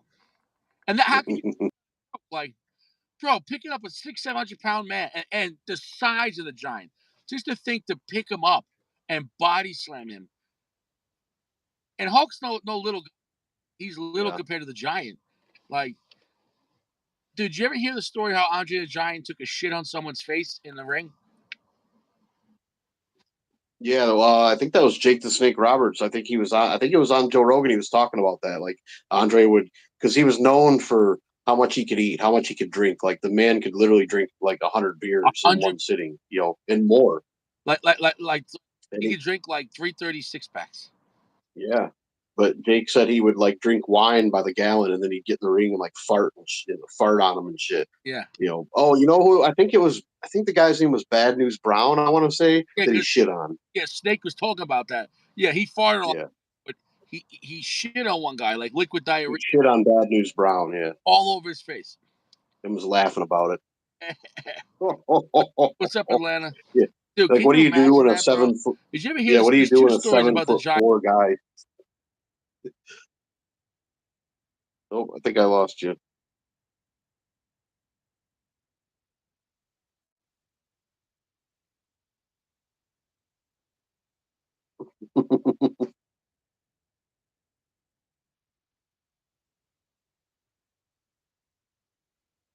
Everybody else lose Richie, or is it just me? He's frozen on my screen.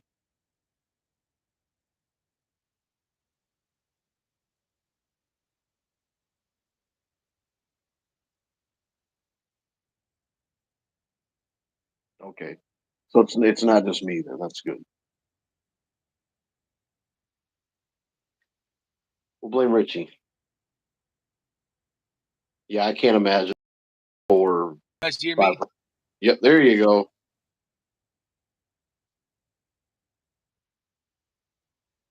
Oh, Like in the bar, like in the there's a bar like in the entrance of the hotel. They just put a carpet over him, like a blanket, and they let him sleep. Nobody can pick him up. Then yep. another story. These guys were outside a restaurant and they were talking shit to Andre the Giant, like because he was so big. Mhm. And they got in their car, and Andre the Giant he flipped their car upside down. Yeah, I heard that. They were throwing beer cans at him in the bar or something like that that pissed him off. Yeah, he flipped their car over. You got to say this, man. You got to give it to those two guys, because unless if they're clinically insane, you got to have big balls to pick on Andre the Giant in real life. Yeah, yeah. You know, Like,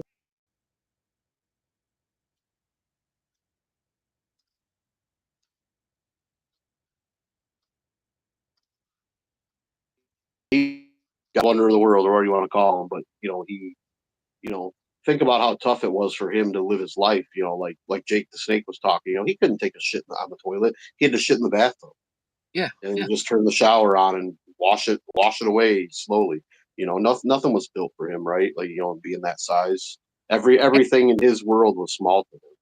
He can do anything, man, dude. And like, imagine even getting clothes or going on an airplane or going Yeah, anywhere. Like, it's sad because also too, it's a disease, and his brain Hmm. growing with the pressure on his brain. You know what I'm talking about? And that's what killed him. You know, and that's why I think he drank so much because of pain. You know, and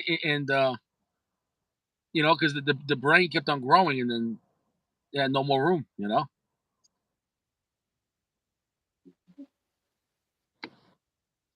Another fact about him, people don't realize, he said he never worked out. You know, if you looked at Yeah, the guy didn't look like he worked out. But you know what he said? He said, "Why do I need to work out?" He didn't have to, and he was the right. strongest of all time. If that guy worked out, it wouldn't even been. Imagine if that guy was in phenomenal condition. It wouldn't. It would then. It wouldn't even Yeah. been like even believable. It wasn't They, believable anyone fighting him. But if he was, yeah. you know, what I'm saying though. They said when he maybe it was Hogan talk when he first started wrestling when he was in his youth, his prime, before he was a little more slender. He was still a big guy, but they said he could actually do a backflip off the top turnbuckle. Holy shit! And Yeah. what's size shoe is he wearing? Like a 25? Like, just can you imagine that guy landing on you, bro? That he could have killed anyone just by grabbing by your head. If that guy really wanted to grab, you know,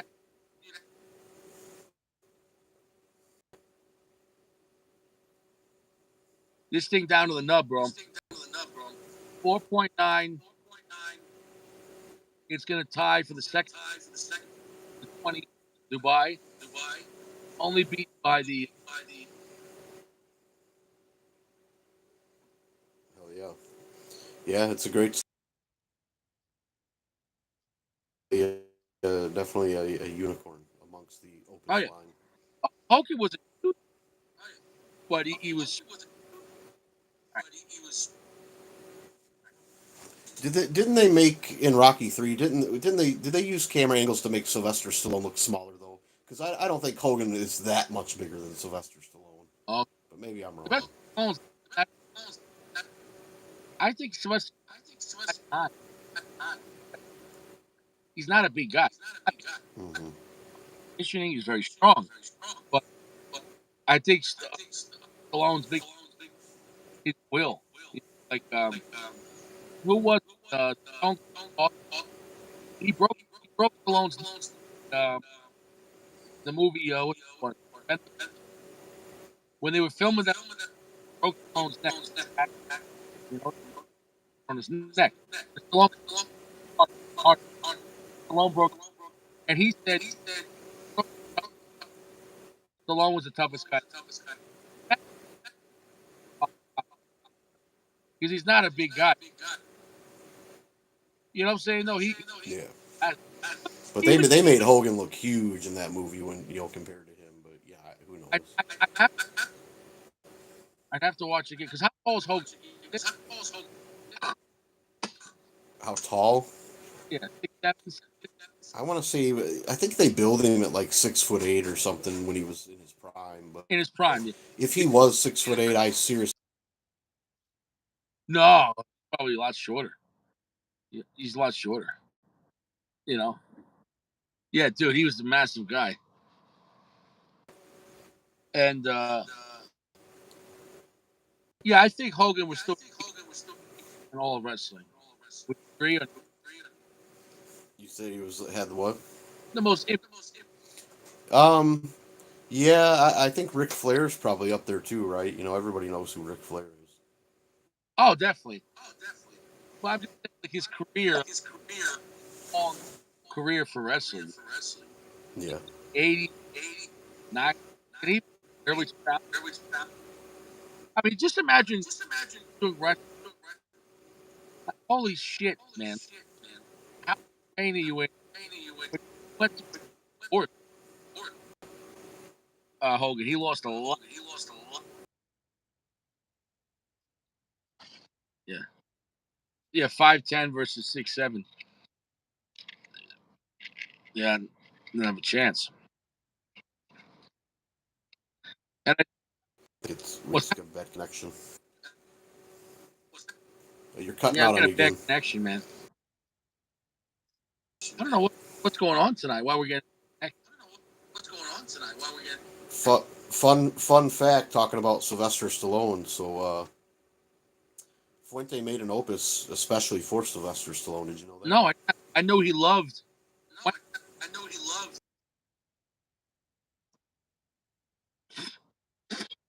What was it called?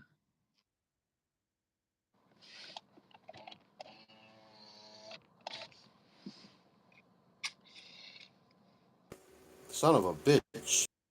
What is going on tonight? I don't know. Fuente made the Opus XA though for Sylvester Stallone because he wanted a really long cigar. I think the Opus Wow. XA size. They come in a coffin. I didn't know that.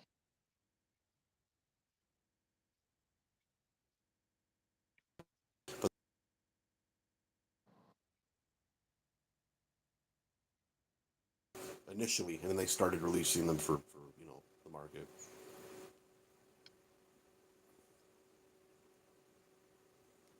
Those are probably phenomenal. I've never smoked one, but I can only imagine they are. I've never even seen them. Yeah, I've seen them, just never smoked one. So they're bigger than a double Corona. I mean, they're huge. Well, you saw them on the internet, or you saw?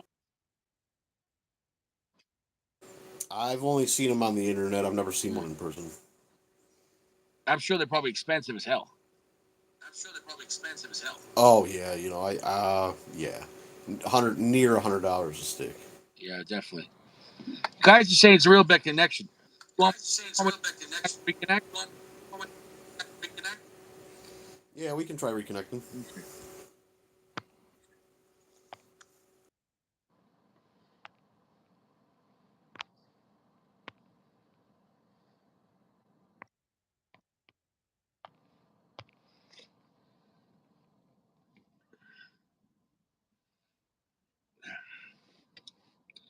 Yeah, dude. Can you imagine a 9-inch Opus X? I've never seen it. That's probably one of the hardest ones to find. Do you think that's gonna be the hardest? How about now? That's better. Yeah. Do you think the A is the hardest one to find? Tender, I don't know what's going on.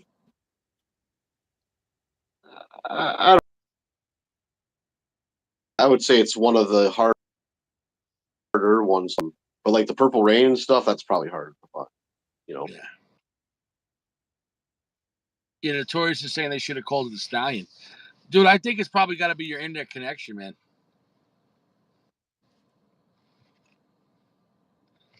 Yeah, I think we're having major technical difficulties tonight. Yeah, sorry, boys.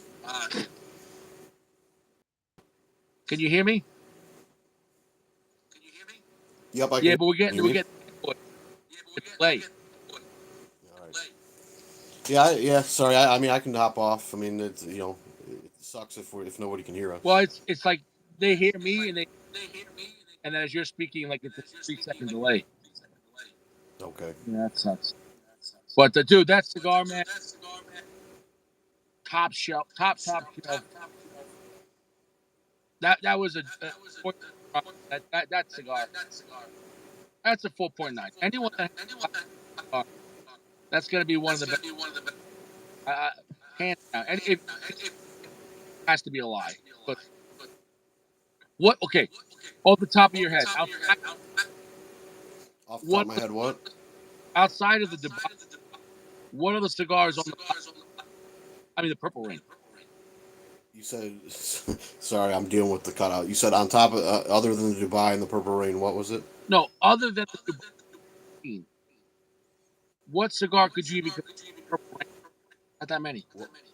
Yeah. There's the Heaven and Earth series itself is all pretty rare. I mean, like I said, you got the BBMF, you've got the Rare Black, the Purple Rain, the Scorpion. I mean, there's several different ones. They're all pretty limited and hard to find. Yeah. But the Dubai, I mean, that's kind of in its own special category, right? Because they just don't make it anymore. And that was like a one-time special thing that he did, which really fucking sucks. Yeah. Save those, or are you gonna have last box?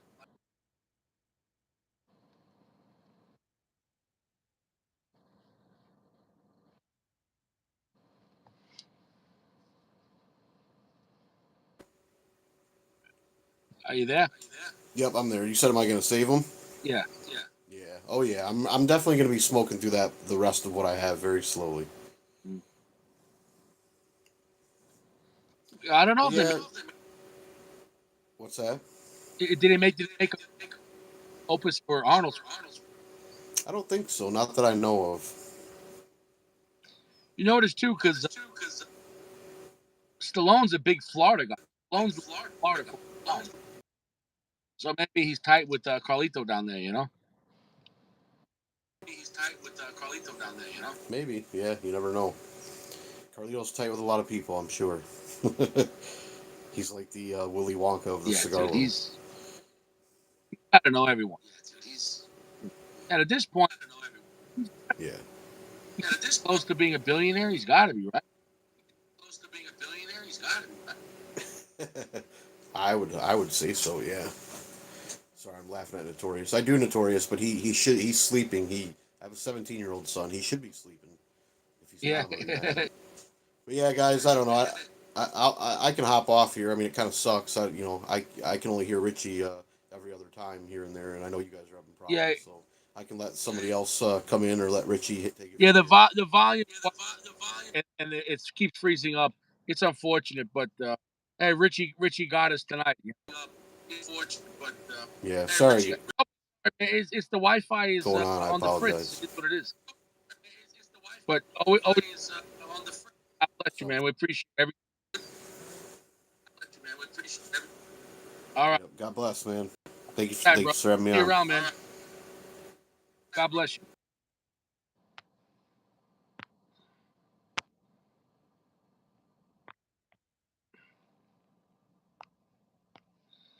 So I hope everyone's doing well. Unfortunately, the Wi-Fi tonight was acting crazy. Unfortunately, the Wi-Fi is acting absolutely crazy tonight. Over here in Colorado, it's actually a pretty warm night. It's 45 degrees. Don't worry about it, Jeremy. It's not your fault, man. The Wi-Fi, something going on there in the Midwest. Um, but we're gonna end the show with cigar news. We confirm with cigar. Yay. This is Cigar News, Channel 8. Cigar News. I do have a new one for you. I mentioned it in the chat. Big, never disappoint with the news. We're excited to hear the news. Yeah. So I got so this is a new. It's kind of good timing too because you were talking about you had the Aganorsa. So I went to the local shop, Tobacco Depot, and tried to find that Cerebus. Right, that's the name of it. That one you smoked. Yeah. I call it the Cerebus, but it's probably Or what I have. Cerebus. Yeah. Yeah. So I went to go find it, and they didn't have it, but they did have. They just put it out on the counter. They told me it's new, so um, so they make this one in. It's called. I think it's. I'm gonna butcher the name. It was something with a V, like Valencia line or something like that. So the Aganorsa Valencia line, and they make it. Sorry, it's loud where I'm at. I don't know if you can hear me. I'm by an airport. Damn, there's like a plane about to take off. Anyway, so they make it in 4 different wrappers. Wow. Connecticut, Corojo, Maduro, and Habano. So I'm actually smoking the Habano right now. And I picked up the Corojo. Um, I'm going to try the Maduro and the Connecticut probably this week. So I'll let you know. What do they run? Like cheap. Like they were I want to say $8.50. So I'm just gonna be around like maybe $9, That's not, $10. Yeah, so it's not a bad price. Um, and so yeah, so that's the newest thing that they told me came out. And then the guys at the shop were raving about the Drew Estate Blackened. So that's the other new Drew Estate cigar, and that's cheap too. Like I think they were selling those for $8-9. So I picked one of those up, but I haven't smoked it yet. Yeah, man. I really yeah. like the prices. All right. Yeah, so I was excited to see that too because Drew Estate stuff, most of it's most people are probably buying the Ligas. I mean they have like the Herrera Estelis, but even those are not cheap. But they're cheaper than the Ligas. Yeah, the Herrera, $12. Yeah, so But the Blackened's cheaper than that though. I like the Brother of the Leaf. Yeah, so I have to smoke that one. I bought the Lancero size one, and that only ran me $10. So that was at JR Cigars. They had a shit ton of them that they were selling out on the table. So the Brothers of the Leaf and the Blackened are two that I'll let you know. Well, you already smoked the Brothers of the Leaf, but I'll let you know what I think about it because I haven't smoked it yet. I found the really tasty cigar. I think it's actually a Connecticut broadleaf Maduro. I think. Yeah. Okay. So the Blackened looks like it's definitely a Maduro wrapper, but they told me it's really strong too. The guys at the shop, so they got me kind of excited. I'll probably smoke it tomorrow. Um, and then last night I smoked. I know it's AJ Fernandez cigar, but it was the Monte Cristo AJ Fernandez. It's a small, like a small torpedo shape, kind of like, or I don't know, maybe it's Bellicoso, but it's like really small. It's probably like, I'm guessing like less than 4 inches, a 4-inch stick. So it's small, but it's pricey. It's like I want to say like $15 on average. I saw it for like 13 and change, so I picked it up, and Right. it was decent. I mean, I can see I see it's them for sale online, but anyway, Was that one? it has a white band, so it's like a really small Monte Cristo, probably the smallest Monte Cristo I've ever seen, with a white band on it. It almost looks like it would be a waste to even pay that much for a small cigar. But I can say it did last me like a good like hour, over maybe a little over an hour. So it was a slow burning cigar, yeah. So just look up, if you Google Monte Cristo AJ Fernandez, and you see the really small one with a white label. That's that one, and it was like oily, and it had pretty good flavor. So I would say it wasn't like amazing. It didn't knock my socks off, but it was enjoyable for sure, for me at least. Um, and then I smoked the Duetto, that EP Carrillo collaboration cigar. That was decent. It was, I wouldn't say not buy it. It was it kind of had like an aged tobacco taste. It didn't. So if that's pretty much all I got out of it. It was more like just aged tobacco. But it was nice. And then I smoked. What else did I smoke? Oh, that rare pink, which I sent you the pictures. Man, so the rare pink, I could tell it's good. Yeah. The problem I had was it was unraveling on me, and it was so disappointing. And I don't know, the cigar shop I got it from, they're pretty good about humidifying their cigars. However, those rare pinks, the boxes, they were keeping outside the humidor, like behind the counter, because I guess they were going so fast.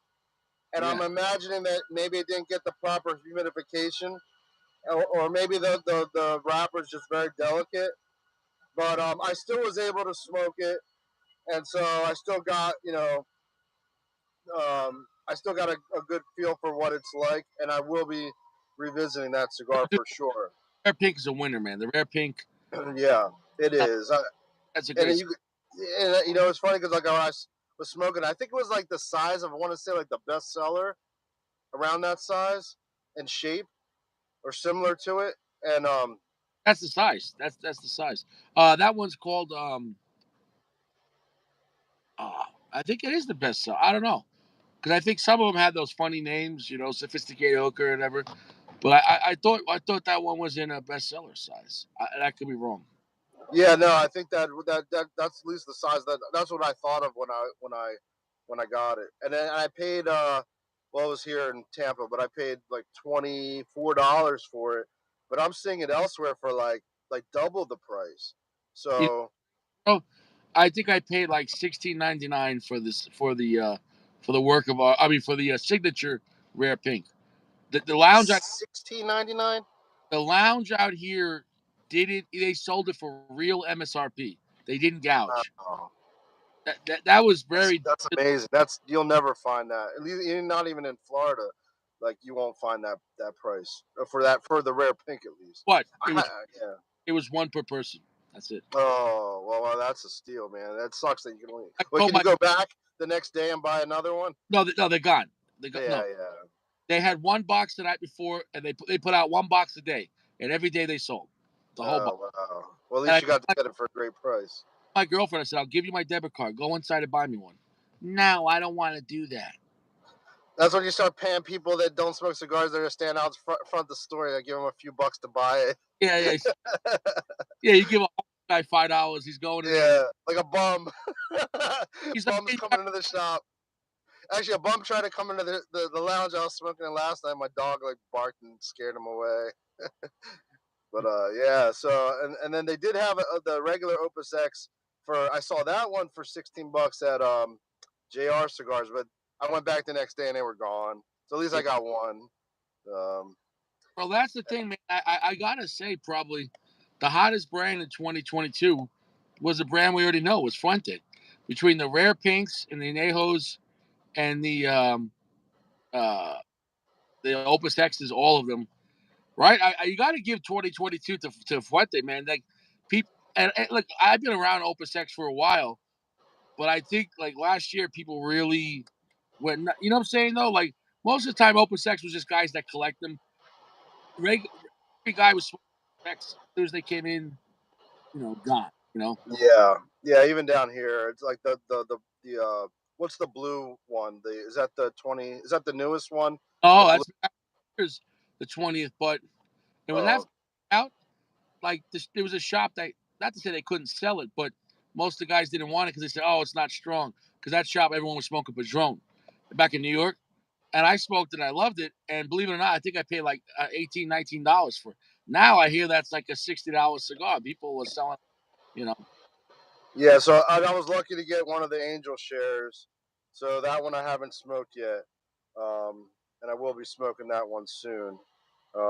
And what else did I get? And then I got so there was some tonight. I just picked up. I picked up another Olmec because these are. I mean, everyone in the shops are talking about these. So Bro, these are gonna. Yeah. that's out. When I first smoked that in November with Johnny Stash, I said, "This is one of the best new cigars of the year, and this cigar is going to be around. Like this cigar is a contender. I'm not going to say it beats Padron, but it's a contender for Padron smokers, and it's cheaper than Padron, and it's right there. You know what I'm saying? Though, like I loved it. Did you love that cigar? Or So I smoked one, and I can't remember I think it was the lighter shade wrapper. mm, And I remember enjoying it, but it didn't, for whatever reason. There was another cigar I smoked, which was the Killer Bee. That one reminded me more of the Padron than the Olmec. But again, I don't think I smoked the Maduro one, and I keep forgetting to go check my humidor to see which one I have in there. That will tell me which one I smoked. But anyway, when I was at the shop today, I'm like, let me just get another Maduro. I So didn't I'm have probably had the Maduro. yeah. And then the Killer Bee, I already told you I looked it up, and there was like four. I want to say four different ones. There was the one that you recommended, which I enjoyed. Then there was the Connecticut shade one, which I think someone was talking. Was that um, Bearded Dad? I think might have been Yeah, talking about that one. The Connecticut shade one. I picked one of those up. Haven't smoked that one yet. And yeah. then when I did research, I found out there was another one called the Swarm, and I have not even seen that one. And then No, there was the Green Hornet, which I picked.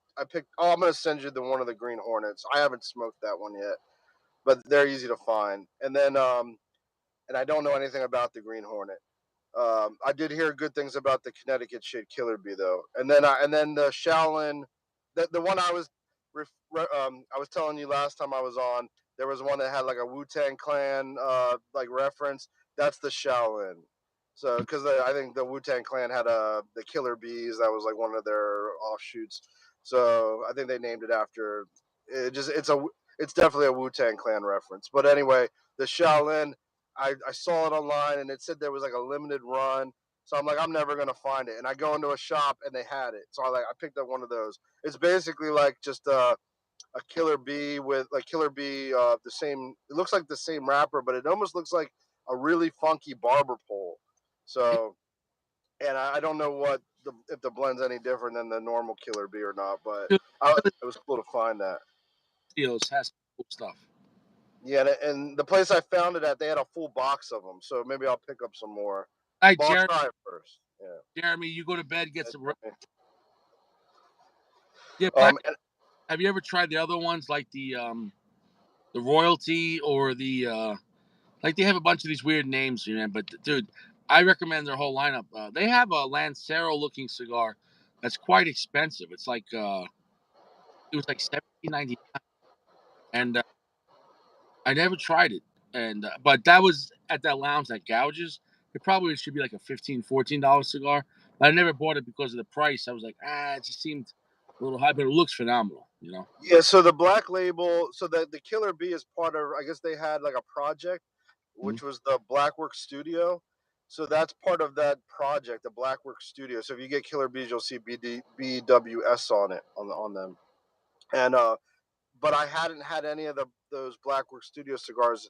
The only other Black Label cigar I think I remember having was the Intergalactic and maybe one other one. But I did pick up the Morphine, and that one's a hot cigar right now. That's the new Black Label cigar, and I need to smoke it. I just haven't smoked it yet.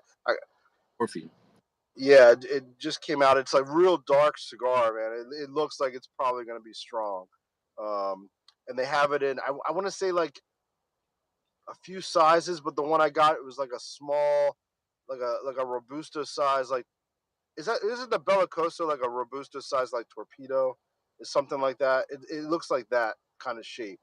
Like, oh yeah, I wanted to mention there was you might have smoked this cigar. The guy at the shop today, because I was talking to him about the that H. Upman 175th, and he Yeah. was telling me like I was telling him like how at least I thought it was extremely strong, like one of the strongest cigars I've had. And then he recommended an LFD cigar. It was like the 50th anniversary cigar. It was like a chisel shaped, larger, like a large chisel. Like I want to say it was probably like I'm guessing a 60 ring gauge, and it was a pretty big stick. I forget how much. I think they were going for like $20. But he said someone that like smokes Opus on a regular basis recommended that one as like a really strong cigar. Um, but I have not tried that yet. And then I Which picked. What's that? which one was that? It was like an LFD. It says 50 on it. It has like a gold label. Yes. I think that's the Oro. Oh, okay. Okay, well that makes sense because Aura's gold. So yeah, that would make sense then. That one was good. Was that in the gold tube? It wasn't in a tube; it was in cellophane. But he was telling me, and the guy at the shop hadn't smoked it, but he was telling me like a customer told him that's an extremely strong cigar. So I don't know. But I did pick up the Warhead, the new Espinosa La Bamba Warhead 8. The 7 was the one I had tried, but they came out with the 8. I don't know how. I It was haven't. probably, yeah. Is the 8 advertised stronger than the 7 or no? That I don't know. I'm guessing that it's gonna be a strong cigar because if it's Oh, the Warhead line, it's gonna be strong. don't have to guess. The Bomba Yeah. is strong, and their series one is like their limitadas. Those ones are even stronger, bro. Like Oh wow. they're, Yeah. they're And it's funny because I was thinking back to when I smoked the Warhead, and for whatever reason it didn't hit me. Like I didn't when I was smoking it, I was enjoying it. I thought it was a good cigar, but I was trying to think back to what kind of notes I was getting, and I do specifically remember getting like a strong green, like almost like a habanero pepper. So I think it was strong, and maybe it just because I was getting those notes, but it didn't hit me. Maybe I wasn't retrohaling enough on that one. So I do have another Warhead 7, but I'm gonna try that Warhead 8, and I was gonna send one to you too, so you can see if it's how strong it is. But man, that H Chapman 175th, I just keep harping on that one because I think it's a good cigar. But then again, I talked to the guy at the shop and he had it and he didn't think it was strong. So, but it has that was it medio tiempo. So I wouldn't. I mean, if it has that leaf in it, then I don't know what percentage of that cigar, and it's also AJ Fernandez. So an AJ Fernandez blend. So I wouldn't think Well, that age than a normal. be. That thing definitely has a lot of age because it's expensive cigar. It's like it's that probably might be the best H. Upman that came out, and in price. Yeah, H. Upman's are normally not expensive, they're like a mid-tier brand. yeah, So I would like to try that. Next time I see it at a shop, I'm going to pick it up. I'm going to say I've been overlooking that cigar, I guess, because for H. Upman, it's expensive. But even though it's not, you get what I'm saying, though. Like, normal H. Upmans are $10, $12. yes, So yep. I see them, I think, originally for 18. What are they going for now? So the MSRP, if I remember correctly, was like $17, $18. And I've only seen it here at one shop, and that's Cigars International. That's the only place I've seen it that I can remember. Maybe one other shop, but Cigars International has had them on their shelves, like in their top of the line section, Mm-hmm. and they're kind of up high. And I don't think a lot of people want to know about it. And and so every time I go in there, I see them. So I was thinking about picking up a third one, but man, that cigar kind of scares me, man. Not too many cigars scare me, but that one scares me a little bit. Like that's how strong it was for me. And like I said, I smoke mostly stronger. I smoke all different kinds of cigars, It but I mean, is, though, right? You're talking about the 175, right? yes, This is what it is. I believe, because, yeah, it's strong, right? Like you're saying, but your mind is not used to smoking medium tempo tobacco. So I think yes, it's strong, what you're saying, but also it's kind of like, let's say if you're working out and you're a strong guy, but you try a new workout with the same weight you normally do, but you're not used to that type of workout, right? yeah, Medium tempo, your body is not used to absorbing that type of tobacco, and your mind's not used to perceiving it. So yes. anytime with something, think about it. Like, trust me, you haven't smoked a lot of cigars in medium tempo. I can promise No, you. I have not. I have not. That was the first one, at least the first that I knew about. I did pick up a second one though that has media tempo in it. And that's the Aganorsa. So Aganorsa has a line, and they have like a gold wrapper and a silver wrapper, Yeah, the signature. the signature. So I picked up. I didn't know which one was better, so I think I just picked up the one with the silver wrapper. But I haven't smoked that one yet. But I'm kind of curious to see how it compares to the H. Upman. Mm. But you know what? The other strong cigars I had recently was the one I was telling you about, the Bandolero with the blue label, and I was told by the one guy at the shop that that's the strongest Bandolero. I thought that was a really good cigar, and also it was hitting me. I was getting those like strong, spicy pepper notes in that as well. Um, and then of course the Fuente Anejo. So the Anejo, I was able to find so the one shop I it's out in Apollo Beach. The one I told you about, they had them there for like $12. Um, that's the cheapest place I was able to find them. I need to go back there and buy some more, but I did.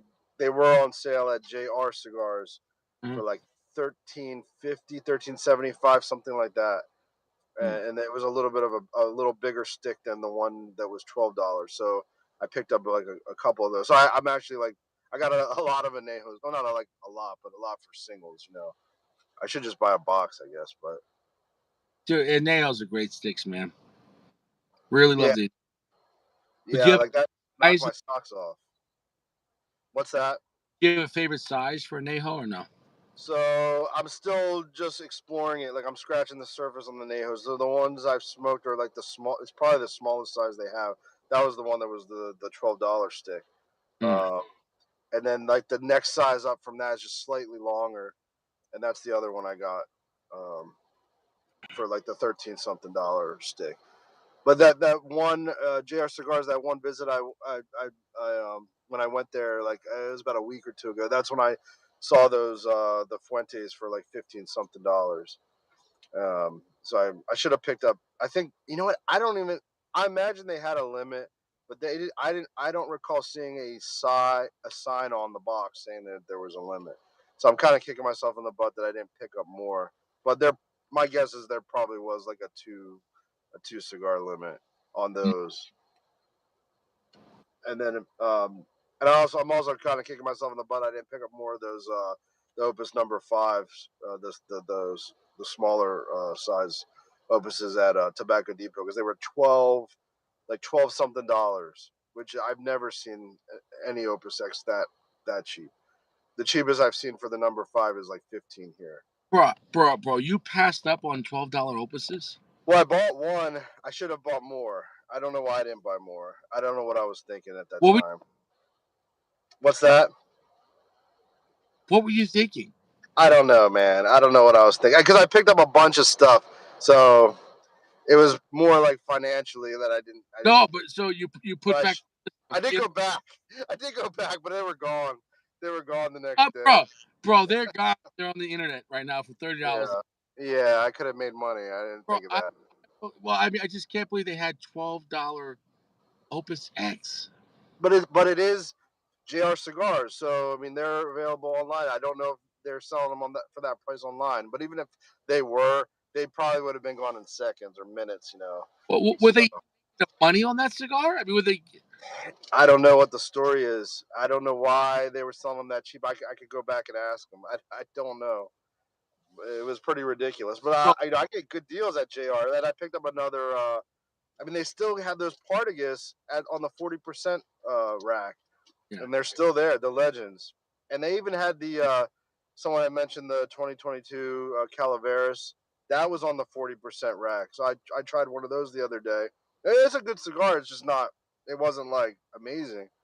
And the Mil Diaz I was talking about is the limited edition Mil Diaz. And I'm not saying it's an amazing cigar. I'm just saying it was better than the regular Mil Diaz line. And the only reason I even looked at that one is because it was reviewed as like some people had put that on their top 2022 list, which I don't know why, but they did. But it's a decent cigar, the limited edition one. No, the regular one was made well and it was good, but it wasn't great. And for what it was advertised, it didn't blow my mind away, you know. But maybe try the limited edition, and they make the limited edition and like they have the La Creme. So I haven't had the limited edition La Creme, but I had the regular La Creme like a couple weeks ago, and that was a good cigar. That was like super chocolatey. Like I was just for whatever reason I was thinking like brownies the whole time I was smoking it, like brownies and like just weird notes. Interesting. Yeah, and then not that that's that unique, but I was also getting like for whatever reason like a citrusy kind of taste, like almost like an orange kind of taste. So that was kind of cool, like the chocolate and the orange kind of taste together. And then shit, what else did I smoke? Oh, then the other one I picked up was I smoked the warped cigars, which is Aganorsa. The oh man, it starts with a C. It's like the Chinchale. That's what it is. The Chinchale. I saw like some good reviews about it. I don't know. I still think the Eagle's Descent like blows it out of the water. Like the Eagle's Descent, that's the other warp cigar I smoked recently that was recommended to me by one of the guys at Cigars Direct. That I thought was a really good cigar, like flavorful wise. It wasn't strong. It just had a lot of like flavors throughout. Like it transitioned like more like kind of similar to like what I think of like the Caldwells. Like it just had a really good flavor. So I only smoked it once, but I was impressed. So I'm going back to that one. And then I think I showed you this one before. This one I just picked up today. This is the Payback Room 101. It's hard to see. I smoked this a couple times, and the first time I remember it being good, and the second time I can't. Maybe I only smoked it once, but it was decent. And I So remember they came out. They were like a decent, like mid-tier cigar, like very yeah, affordable. You know. yep. It was like $8, Mm. and then this is another cigar that I keep kind of talking about the Caldwell. The King is Dead. Mm. I really like this cigar. I've had. I'm just venturing into Caldwell. I mean, I've had enough. I think where I can say I like them. Um, Overall, some are better than others. Like the Eastern Standard, kind of, and I know they make it in different wrappers, but the Eastern Standard had similar flavor to this. At least the one I smoked, but this was just more. The flavors that I like were more pronounced in this one. So I would, if I had to rate the two, I would say that this is better than the Eastern Standard. And then and the Long Live the King, I've seen like they have that one, the Mad Mofo. There's another. They have a limited edition one over here. The one shop is selling. I can't remember the name of it, but see that one I smoked and I can't I don't remember it well. So I gotta revisit it though. And then the last song I want to try, but it's pricey. I think that's one of the most expensive ones. But then I saw another Caldwell. It was called like the what was it? Anastasia, I think it was the name of it. I never. And it has like a woman's face on the label. It's $30. It's the most expensive Caldwell I've ever seen. So I don't know what the deal is with the Anastasia, but yeah, the $30 price tag. I don't know. I'd have to do more research on it before I would spend that much. I mean, maybe it's a good cigar. I mean, maybe it could potentially be, but I always see it when I see it. It's always a full box, and I just think people are afraid to buy it because of the price, you know. But I'm sure there's reviews on it. I haven't researched it yet. And then I picked up another Room 101. This is this was actually in the freebie bin Yeah, because that you was spend like $30, you get one for free. So I that figured was I didn't pay anything. an $8 cigar. Yes, I don't know why it was. They had like this one and another lighter shade wrapper in that freebie bin. Um, Again, freebie if you spend a certain amount of money. So I'll try that one. And then I got those other Room 101s that were recommended to me also by Cigars Direct that I haven't tried. I think I mentioned it the last time I was on. They had like different colored labels. The label actually kind of looked like this, if I remember correctly, but it had they had like different colors, like a teal one, a pink one. I can't. They just had a bunch of different ones. Um, oh, and then another one I smoked recently was the. I didn't smoke the Jacob's Ladder yet, but I did smoke the Rose of Sharon, and I think that's a good morning cigar. Like I smoked it during the day, like early in the day, and I enjoyed it. It wasn't it wasn't like something I would probably go and buy a box of unless I don't know, maybe some people would. And you get a good price on it, but I think it was a good morning cigar. I would I revisit that one. good medium, light cigar. Yeah, light cigar. But I'm gonna smoke the Jacob's Ladder in the near future. I've The, had it before. I just don't remember it. So that's the why. And I know a lot of people talk uh, about that cigar. So pretty heavy. The Jacob's Ladder I found kind of similar to the Pledge. The Pledge was better, but it was kind of in that category. You know what I'm saying though? Like So yeah, so I would like it then. I know I would like it if it's like the Pledge. I don't know why I can't remember the first time I smoked it. It's like some cigars you smoke and it just could have been you were busy or doing something and you just weren't focusing on it. I think that was probably the case with the Jacob's Ladder. So, and I got a different size I know than I did the first time. So I'll try that one again. And I got to try the other Southern Draw cigars because I told you they have like a bunch of them that I've never seen before. Um, like the one I'd mentioned, the what was it, the Black Fraternity something. I something like Fraternity I think was in the name. Fraternal, sorry, the Fraternal something. But that one I had never seen before, and I bought it, but I just haven't smoked it yet. And then the last one I think I have to show is I might have shown this one before. Was the Yeah, I think I did show this one before. This is the Pravada Subterraneo, and I thought the label was cool, but that, that's pretty cool. So you've yeah. So never tried Roma Craft? no, I had Roma Craft. As a matter of fact, I almost bought the So the Neanderthal was one of their higher end Roma crafts. And I was actually at Cigar International. The guy was recommending it to me, and I almost bought it, but then I looked at the label and I was like, wait a minute, this looks familiar because it has an orange label. Because there was a lot of hype around the Neanderthal when it first came out. I don't know if that's still their newest one, but then I didn't buy it because I was like, I remember having it, and I think you and the Neanderthal wasn't my favorite one. I was Like, smoking the oh, whiskey or row, I think it's called.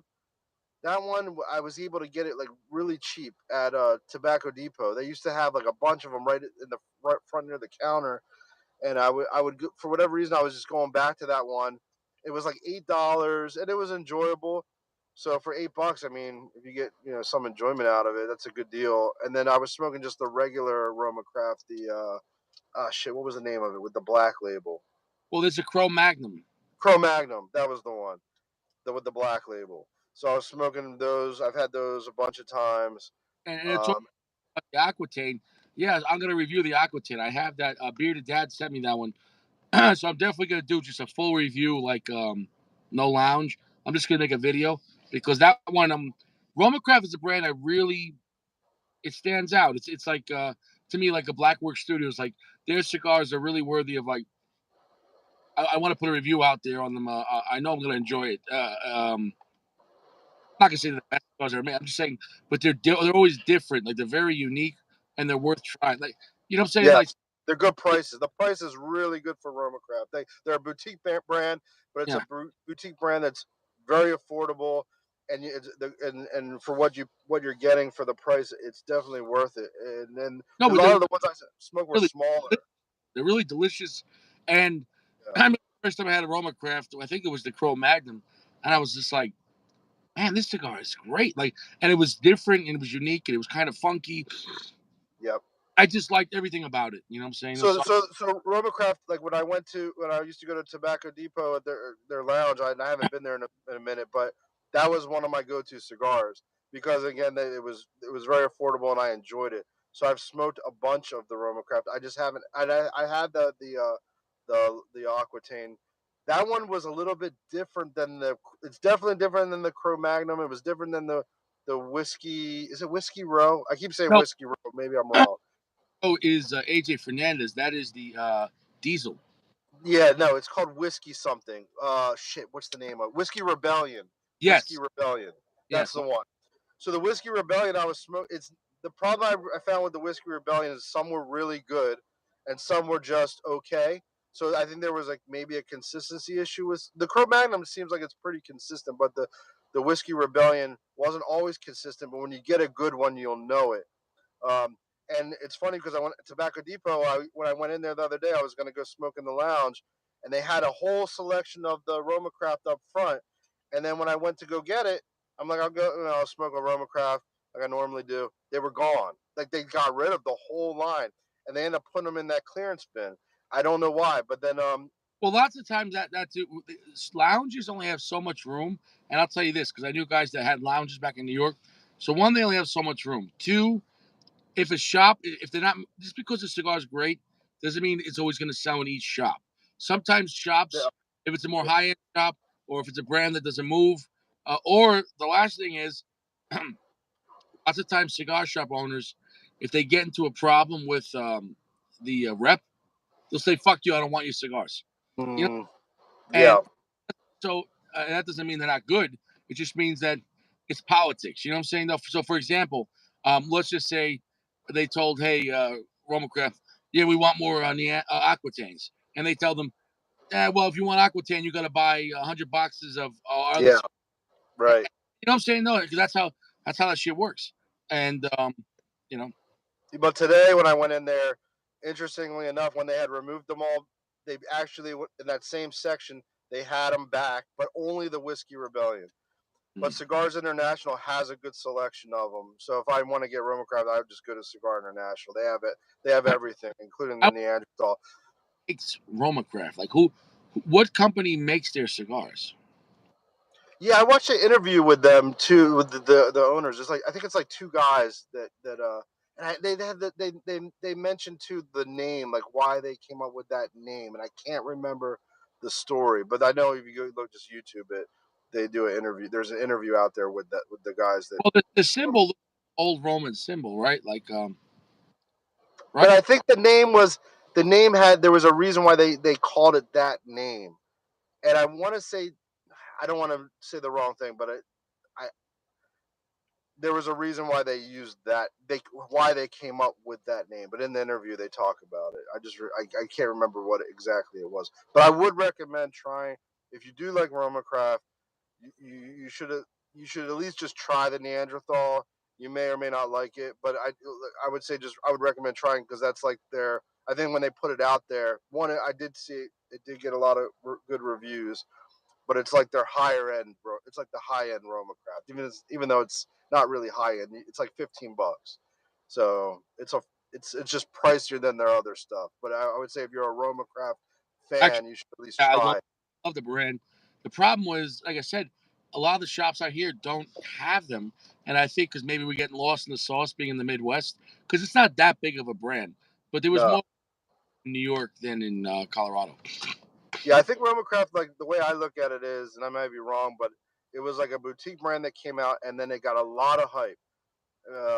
And then I think a lot of people became like fans of Romacraft. But I think over time, maybe it was their marketing. I don't know, but it just seems as though there's some people that like Illusione, same thing. Like they're a boutique brand. People that know Illusione and like it are fans, like hardcore fans. So I'm sure Romacraft has their hardcore fans, but I just don't think a lot of people know about it. And they're not when you go to a cigar shop, they're usually not like right in the front with everything else. So you really kind of have to know about it or read the reviews that it got. And I went to Tatuaje, even though it's made by my father and actually made in Florida.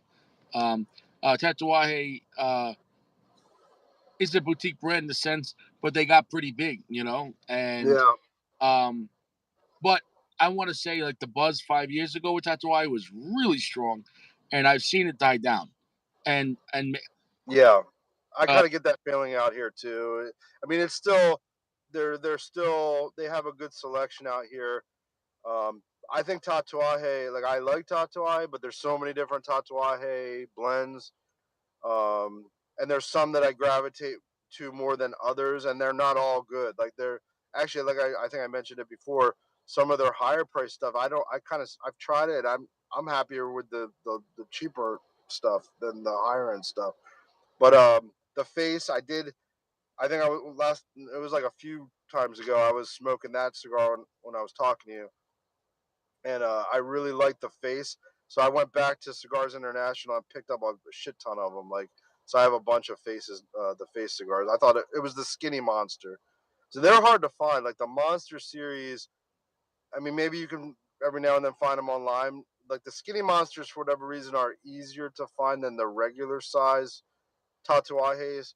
But if anyone gets a chance, if you ever see the Karloff, buy it. That was the best. I think that probably was the best Tatuaje I've ever smoked.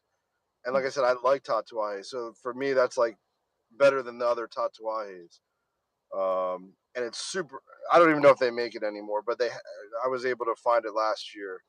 I mean, maybe you could hunt it down. that And then, yeah, was the broadleaf one. You ever have that one, the broadleaf?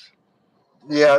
So as far as Tatuaje, yes, I have like a lot of they have the broadleaf that comes in a lot of their different sizes. There's a lot of hype right now around the T101. It stands for like thermonuclear. It's like I guess a robusto size, but it's a pretty I don't know. It's like a 58 ring gauge. I'm assuming, but it's a short stubby cigar. And the T10 the T so I keep saying T101 T10. The T10 is very popular here, and they usually go. I mean, you can always find them. They don't like sell out, but they make them in many different. They have many different wrappers, and I think the popular one right now that they're like a lot of the shops are pushing is the. I think it's called like the. It's like TUX something. It's like I think it's Is it San Andreas wrapper or Is it Mexican San Andreas? I want to say. Mm. I think so. But anyway, they do. I think they do make that one in a broadleaf too. I've seen it in many different wrappers, and Mm. I've had that one a bunch of times. But again, they make so many different versions of it, and if I remember correctly, that was originally a Hawaiian exclusive cigar, the T10, and now you can find it almost anywhere, at least here. So I would say and it's supposed to be a strong cigar. I picked the that new one up, but I haven't smoked it yet. But again, the T10 it's decent. I would recommend it. Do you remember My the cheap? There was a cheap one that I used to smoke. It was $5-6. The foul. It was small. It was a small, The foul. thin cigar. Yeah, that was a good cigar. That was one that I smoked a lot because Remember it was the cheap. little red band? It said Faust. Faust. Oh, the Faust. Now that's different. Yeah, the one I'm talking about was just their brown label. That was like $5 or $6. I'm The not. Faust. It was a great or high end cigar, but it was a good like cheap smoke that I remember going to a shop. I just didn't want to spend a lot of money, and I spent $5. So he said, "Any good?" He's like, "Yeah." And I'm not sure if it was short filler. I don't think it was short filler, but it was like a Uh, like it's a long filler. I never actually the Fausto. I've never seen a small version of it. The only two sizes I think I've only. So I mentioned it before, like a while ago, that the first time I had it, it was in a box set with that the one that's got the three cigars all intertwined. yeah. Um, it came in that set, and I didn't smoke the one that's intertwined, but I smoked just that one, and I really liked that one. That's actually one of my favorite Tatuajes. And now, for whatever reason, I see it all the time. No one knows about it, um, because it's always there, and I think that's an overlooked Tatuaje cigar. So if you're a Tatuaje fan or you're just getting into Tatuaje, you should definitely try the Fausto. I think I, that's kind of I yeah. prefer like the cheaper tatuajes. I Well, feel yeah, like me too. I don't I'm the same way. $20 in a tatuaje. I remember one time I No, did. Do you remember years ago there was a tatuaje with like aluminum foil on the bottom? with aluminum foil on the bottom. Yeah, it was like a metal wrap. It was like a metal wrapped. The I cigar. don't think I've ever seen that one. It was years ago, and like that was the most expensive one. And I remember, Oh, okay. it was like $15. And I'm going back years ago, like five, Oh, 6. okay. Yeah, I wasn't into Tatuaje back then. I didn't even know about them Nah, it's just last year. point that was like Padron pricing back then, and I was like, nah, I'd rather have the Padron. Yeah. So I guess the most expensive Tatuaje I've had that it's not even expensive. It's like $10 here. Maybe like it might be a little bit pricier elsewhere, but it's the Miami. I want to say like the Miami 10-year, and that one I thought was decent. But most of the Tatuajes I smoke are not the expensive ones, and I think that's what I think drew me to Tatuaje is that it's not. I don't want to overhype it either because Tatuaje is Tatuaje. It's like you're either gonna like it or you're not. But But when he first came out, he had like a devout following. You know what I'm saying though? Like I remember years ago back in New York, I was driving this guy in Uber, and we're talking about cigars, and he's like, "Oh, do you smoke Tatuaje?" And I'm like, "Why?" And he's just like, he had like a Tatuaje hat, and he's like, it's like it's all I smoke. This guy had tons of. He said he had tons of Tatuaje. He said it's the only brand he smokes, and that's wow. about follower, man. Yeah, I think it's a combination of things. Like one, it could be like Pete Johnson. He's just a really cool dude. Like I've never met him. I had a chance to, but I missed my opportunity. But I'm But sure. let's go back, right? Let's just say 10 years ago, right? It's not like everyone back then was making tons of strong dark cigars. So I think as the market changed, dude, they make strong dark Monte Cristos now. 10 years ago they didn't. So I Yeah. Oh, think 10 years ago, Pete yeah. Johnson stronger Nicaraguan Yeah. cigars, simplistic but more about power. Yeah. And so people would say, "Oh, it's got a lot of flavor." No, it's a strong cigar. A lot of times, guys equate flavor with, strength with flavor. You know what I'm saying? Yeah. Yeah. And um, it was more unique back then. Now, dude, everyone There's in so many. Yeah. everyone making strong cigars. Yeah. I mean, Yep. That's where the market's going. That's what people want. A lot. I mean, there was always kind of an allure for strong cigars, but I think now it's just they're like with AJ Fernandez and like he's everywhere and like yeah. so many other brands that are using Nicaraguan tobacco, like even Davidoff, like you name it. Like Oh, but Nicaraguan tobacco is kind of where it's at right now. Macanudo's got black and green, which are pretty dark and strong. It's got the 1968. Cohiba's got the Cohiba Royale, which was insanely strong. Cohiba's got the Cohiba Nicaragua. Monte Cristo had the Plasencia Oscuro, which was pretty dark, but then the 1935 was even stronger. Then you had the Romeo and Juliet San Andreas. Have you ever had that? Yeah, yes, I have. Dude, Many that times. is I actually like that pretty. cigar. Yeah, I think it's a good cigar, and I think that's another overlooked cigar that people pass no, by all the time. nobody care, and I hate to say it, but nobody that like smokes cigars, that's like really into cigars, gives a shit about Romeo and Juliet, and that's a No. shame.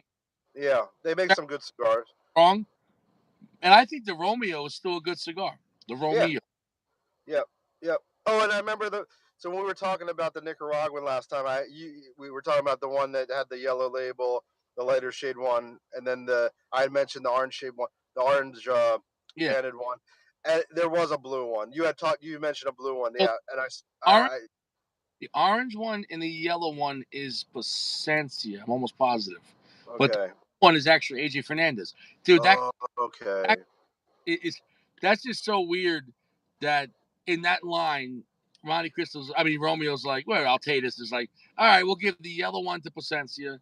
I'm sorry, the orange to Plasencia. That was the first one, and that was really good. And that's a still good cigar, and I don't see that anymore. Do you still find the Yeah, orange? yeah.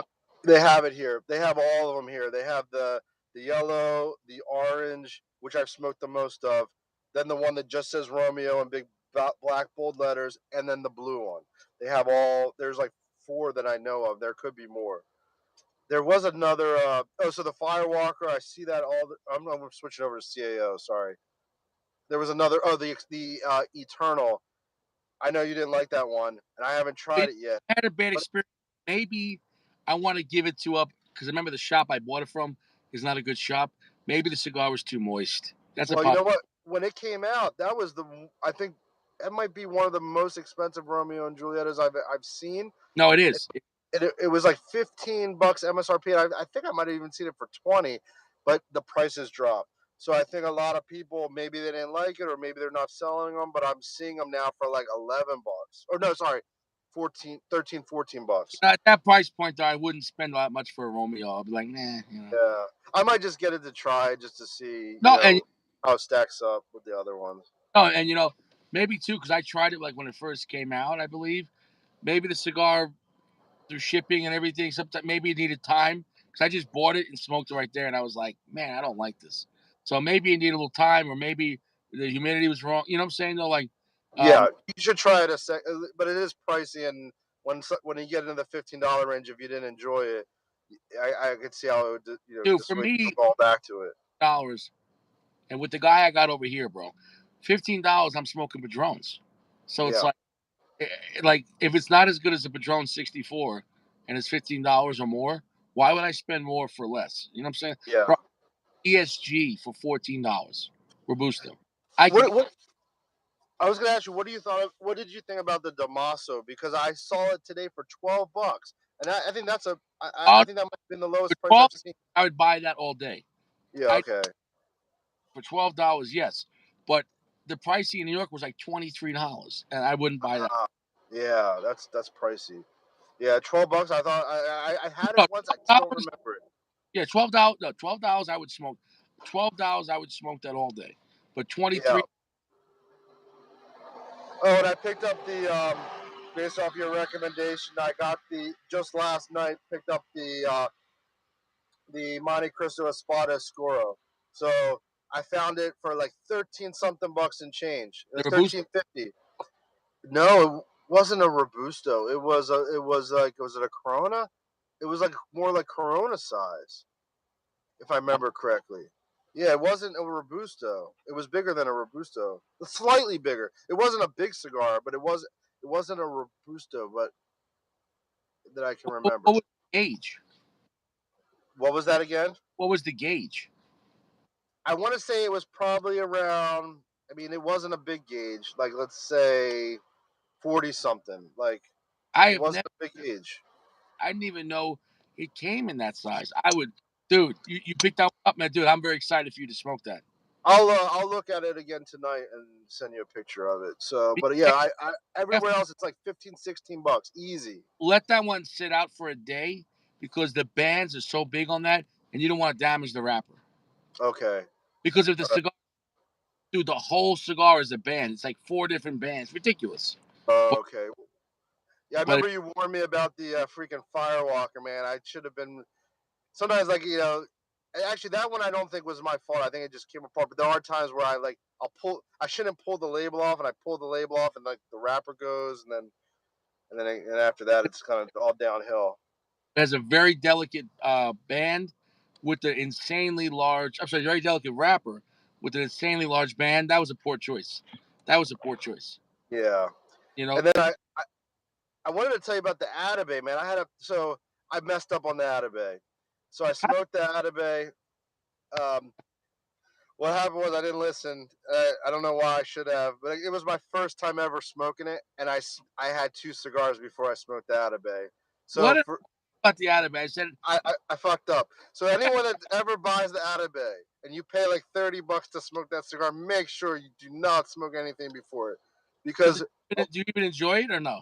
no, man. And it wasn't the construction. You could tell was like perfect, and the draw was perfect, and the smoke output was like amazing.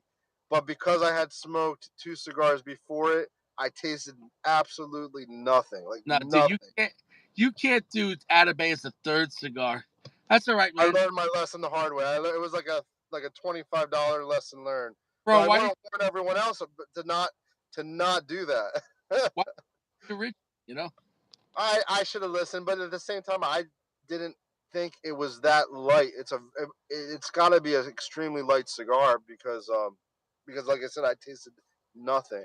So I'm gonna Yeah, revisit the Atabey. Yeah, for sure. skip a day or no? Do you ever skip a day or no?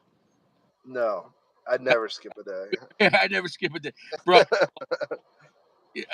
Uh, you might want to skip a day with Atabey and then have it. You know, Yeah, I could see that. Yeah, you're for sure. you're so full of nicotine. If you're smoking 3 cigars a day, you Yeah. never taste the Atabey. You know. Yeah, and I had a problem with the H99 when I revisited it. When I think I was on last. No, I wasn't on. I was smoking one night when you were on, and I smoked the Fuente number 5. This was kind of interesting though, and maybe it was just my palate, but I smoked the number 5, The which is Opus. not the Opus, which is not it's a small cigar, so it was maybe like 45 minutes smoke, maybe. um, and it was enjoyable. But then I went right to the H99, and the H99 tasted like the Opus, so it was kind of cool in a way because, well, one, it was bad because I wanted to smoke that second H99 to see if I would, what it, because the first time I smoked it, I couldn't remember it. So when I revisited it the second time, the mistake I made was I smoked the Opus before it, but that whole H99 tasted like the Opus. So it was kind of cool in a way because it's like it continued. It's like the Opus X continued through the whole freaking cigar. It sticks to the teeth. The Opus. You know what I'm saying though. And I didn't know that. I had no idea. And for me, the Opus, at least the Opus. So the Lost City, for whatever reason, it hit me like the freaking anejo, and I felt like those were some of the strongest cigars I've had. And again, I know everyone's palate's different, but for me, and again, I smoke strong cigars. For whatever reason, that anejo, and it might be because I never had it before, but it just hit me like a ton of bricks. I was like, holy shit. And I had that same experience with the second Lost City I had, because you were talking earlier about how you can't see how anyone would not like the Opus, but I was one of those guys that I didn't see what the hype was about the Opus. But again, I think for me personally, it was the time of the day I originally was smoking it. Case in point, Lost City first time, didn't care for it, didn't think it was anything great, was too mild for me. The second time I smoked it, it like freaking, it was super strong. So that turned me back on to the Lost City. I want to try it again, and I know not everybody likes the Lost City. It might be one of the more unpopular Opus X's, but after I had it that second time, I really liked it. But So I think when it first came out, it wasn't that popular because people wanted the regular one or other ones per se. But now I see like the popularity picking it up. I see it more at shops, and maybe also because those ones are available. Like for some reason, I guess I've seen shops that only have the Lost City, and so I guess guys or let's say stuck with it until they try it out. Like, oh shit, like, there's no bad Opus X. There's no bad Opus X. Yeah, even though like the number 5, well, I didn't think it was like if I had to compare the two, just the regular Opus X line versus the Lost City. Like I don't get that strong. I need to smoke more of them, but I'm just saying my initial impression of it was that it wasn't as strong, but it was, you can tell that for tobacco is fermented. You can just like I love that. I just love any, not just Opus, like any cigar where it has this really like great natural fermented tobacco taste. I really enjoy those cigars. So But you I've definitely. like your first any cigar that you want to really give a shit about needs to be your first stick. But the problem is you're smoking throughout the day, so that nighttime when you want to try it, it's your third cigar. You know. Yeah, and I think a lot of times when I'm revisiting cigars, even though I might smoke cigars during the day, I'll eat, and I think that kind of cleanses my palate and like makes it a little bit a better experience when I smoke the cigar, Well, you got that a lot second of or third cigar. water. You got to hydrate. Yeah, That coats the tongue, and if you don't drink a lot of water, that could really mess you up. yeah, but they have a lot of the Opus X's here. Again, I don't know all of them, but what I'll probably, the best thing for me to do is probably just take pictures of them and then send them to you and Jeremy and Saka, whoever is knows their stuff, and you could tell me what they have because it's very possible that they have ones here that are hard to find, and I'm sure they are. But I did find out that Grand Cathedral cigar, that lounge that I really like here in Tampa, that I learned that they have a connection with the Fuente family, and it had to do with the owner. From what the story that was told me by the sales guy at Grand Cathedral is that the owner, or sorry, not, I take that back. The salesman at a different cigar shop told me that the owner of Grand Cathedral, I think it's like a woman and a man that own it, they're partners, but the woman, there was some story about Fuente was, I guess Carlito was there was a charity, and that he was running in there was a charity that he was promoting, and she was able to raise, oh, she had an event for the charity, and he was going to go, for whatever reason he ended up not going to the charity, and she was able to raise like $100,000, like some amount that he didn't even expect um her to send him, and she sent him the check for his charity, and after that they bonded. And so now that specific cigar shop, just they get like all the good shit. So all the good That's shit's got to be going to, good to be in good graces of Fuente to be friends. yeah. And so I mean, if you go to that Grand Cathedral, especially if you're a Fuente fan, that's like a must. That's a must. That's like, you have to go there. I mean, the whole place is decked out with Fuente shit, and they have like, I mean, they have like the story of Fuente. Um, the story of Fuente is like on these bricks, like they engraved them into these bricks, and it like they line like a fountain with it. It's just so cool. Um, and they have an awesome Fuente selection there, like the best of the best stuff. And they have Opus X's there, but they're not cheap. Like they're you're not going to usually find deals at Grand Cathedral, but they have, I think, some hard to find stuff, and that's what I'm not sure what they have. So the best thing for me to do is probably just take pictures of it, Right. and someone can tell me what they are. But Oh, yeah, I got to try some of the stuff you're trying, man, because it sounds amazing. yeah, dude, that stuff it was very generous. But my battery's about to die, man. So I want to end the show before my battery shuts the Yeah, phone off. And always a pleasure having you on, man. Always a lot of information, and it's nice seeing you along your cigar journey as well, man. And yeah, and I'll try more of those Aganorsas, and I'll let you know how they are, because I only smoked the Habano tonight, and it was good. But I think it's one of those cigars you kind of have to like kind of focus on a little bit. But I'll yeah, try dude, the other ones and let you know how they are. the service was strong. Yeah, I gotta find that one. I definitely am on the lookout for that now. That's it. Well, I wish everyone well, Everyone get to sleep. Eat your prunes. I'm gonna eat 6 prunes tonight and clean it all out. Don't do it, Andre the Giant though. Dude, I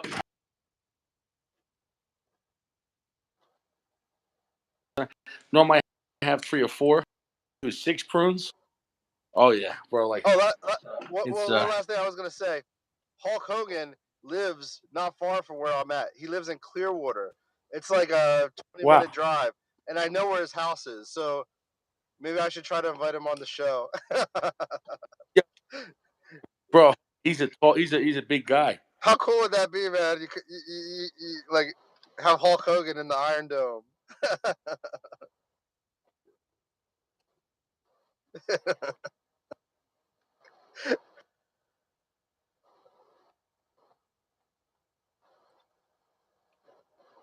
Yeah, the Hulkster, man. Greatest of all time, WWF. I don't know. Theo kidnapped him. That's what it's Theo.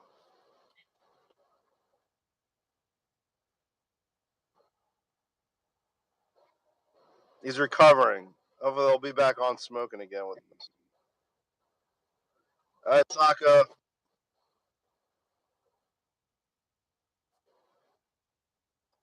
Yes.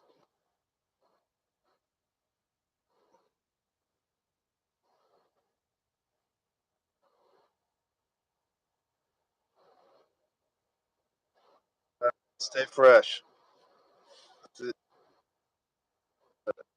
All right. See you later. Later. Later.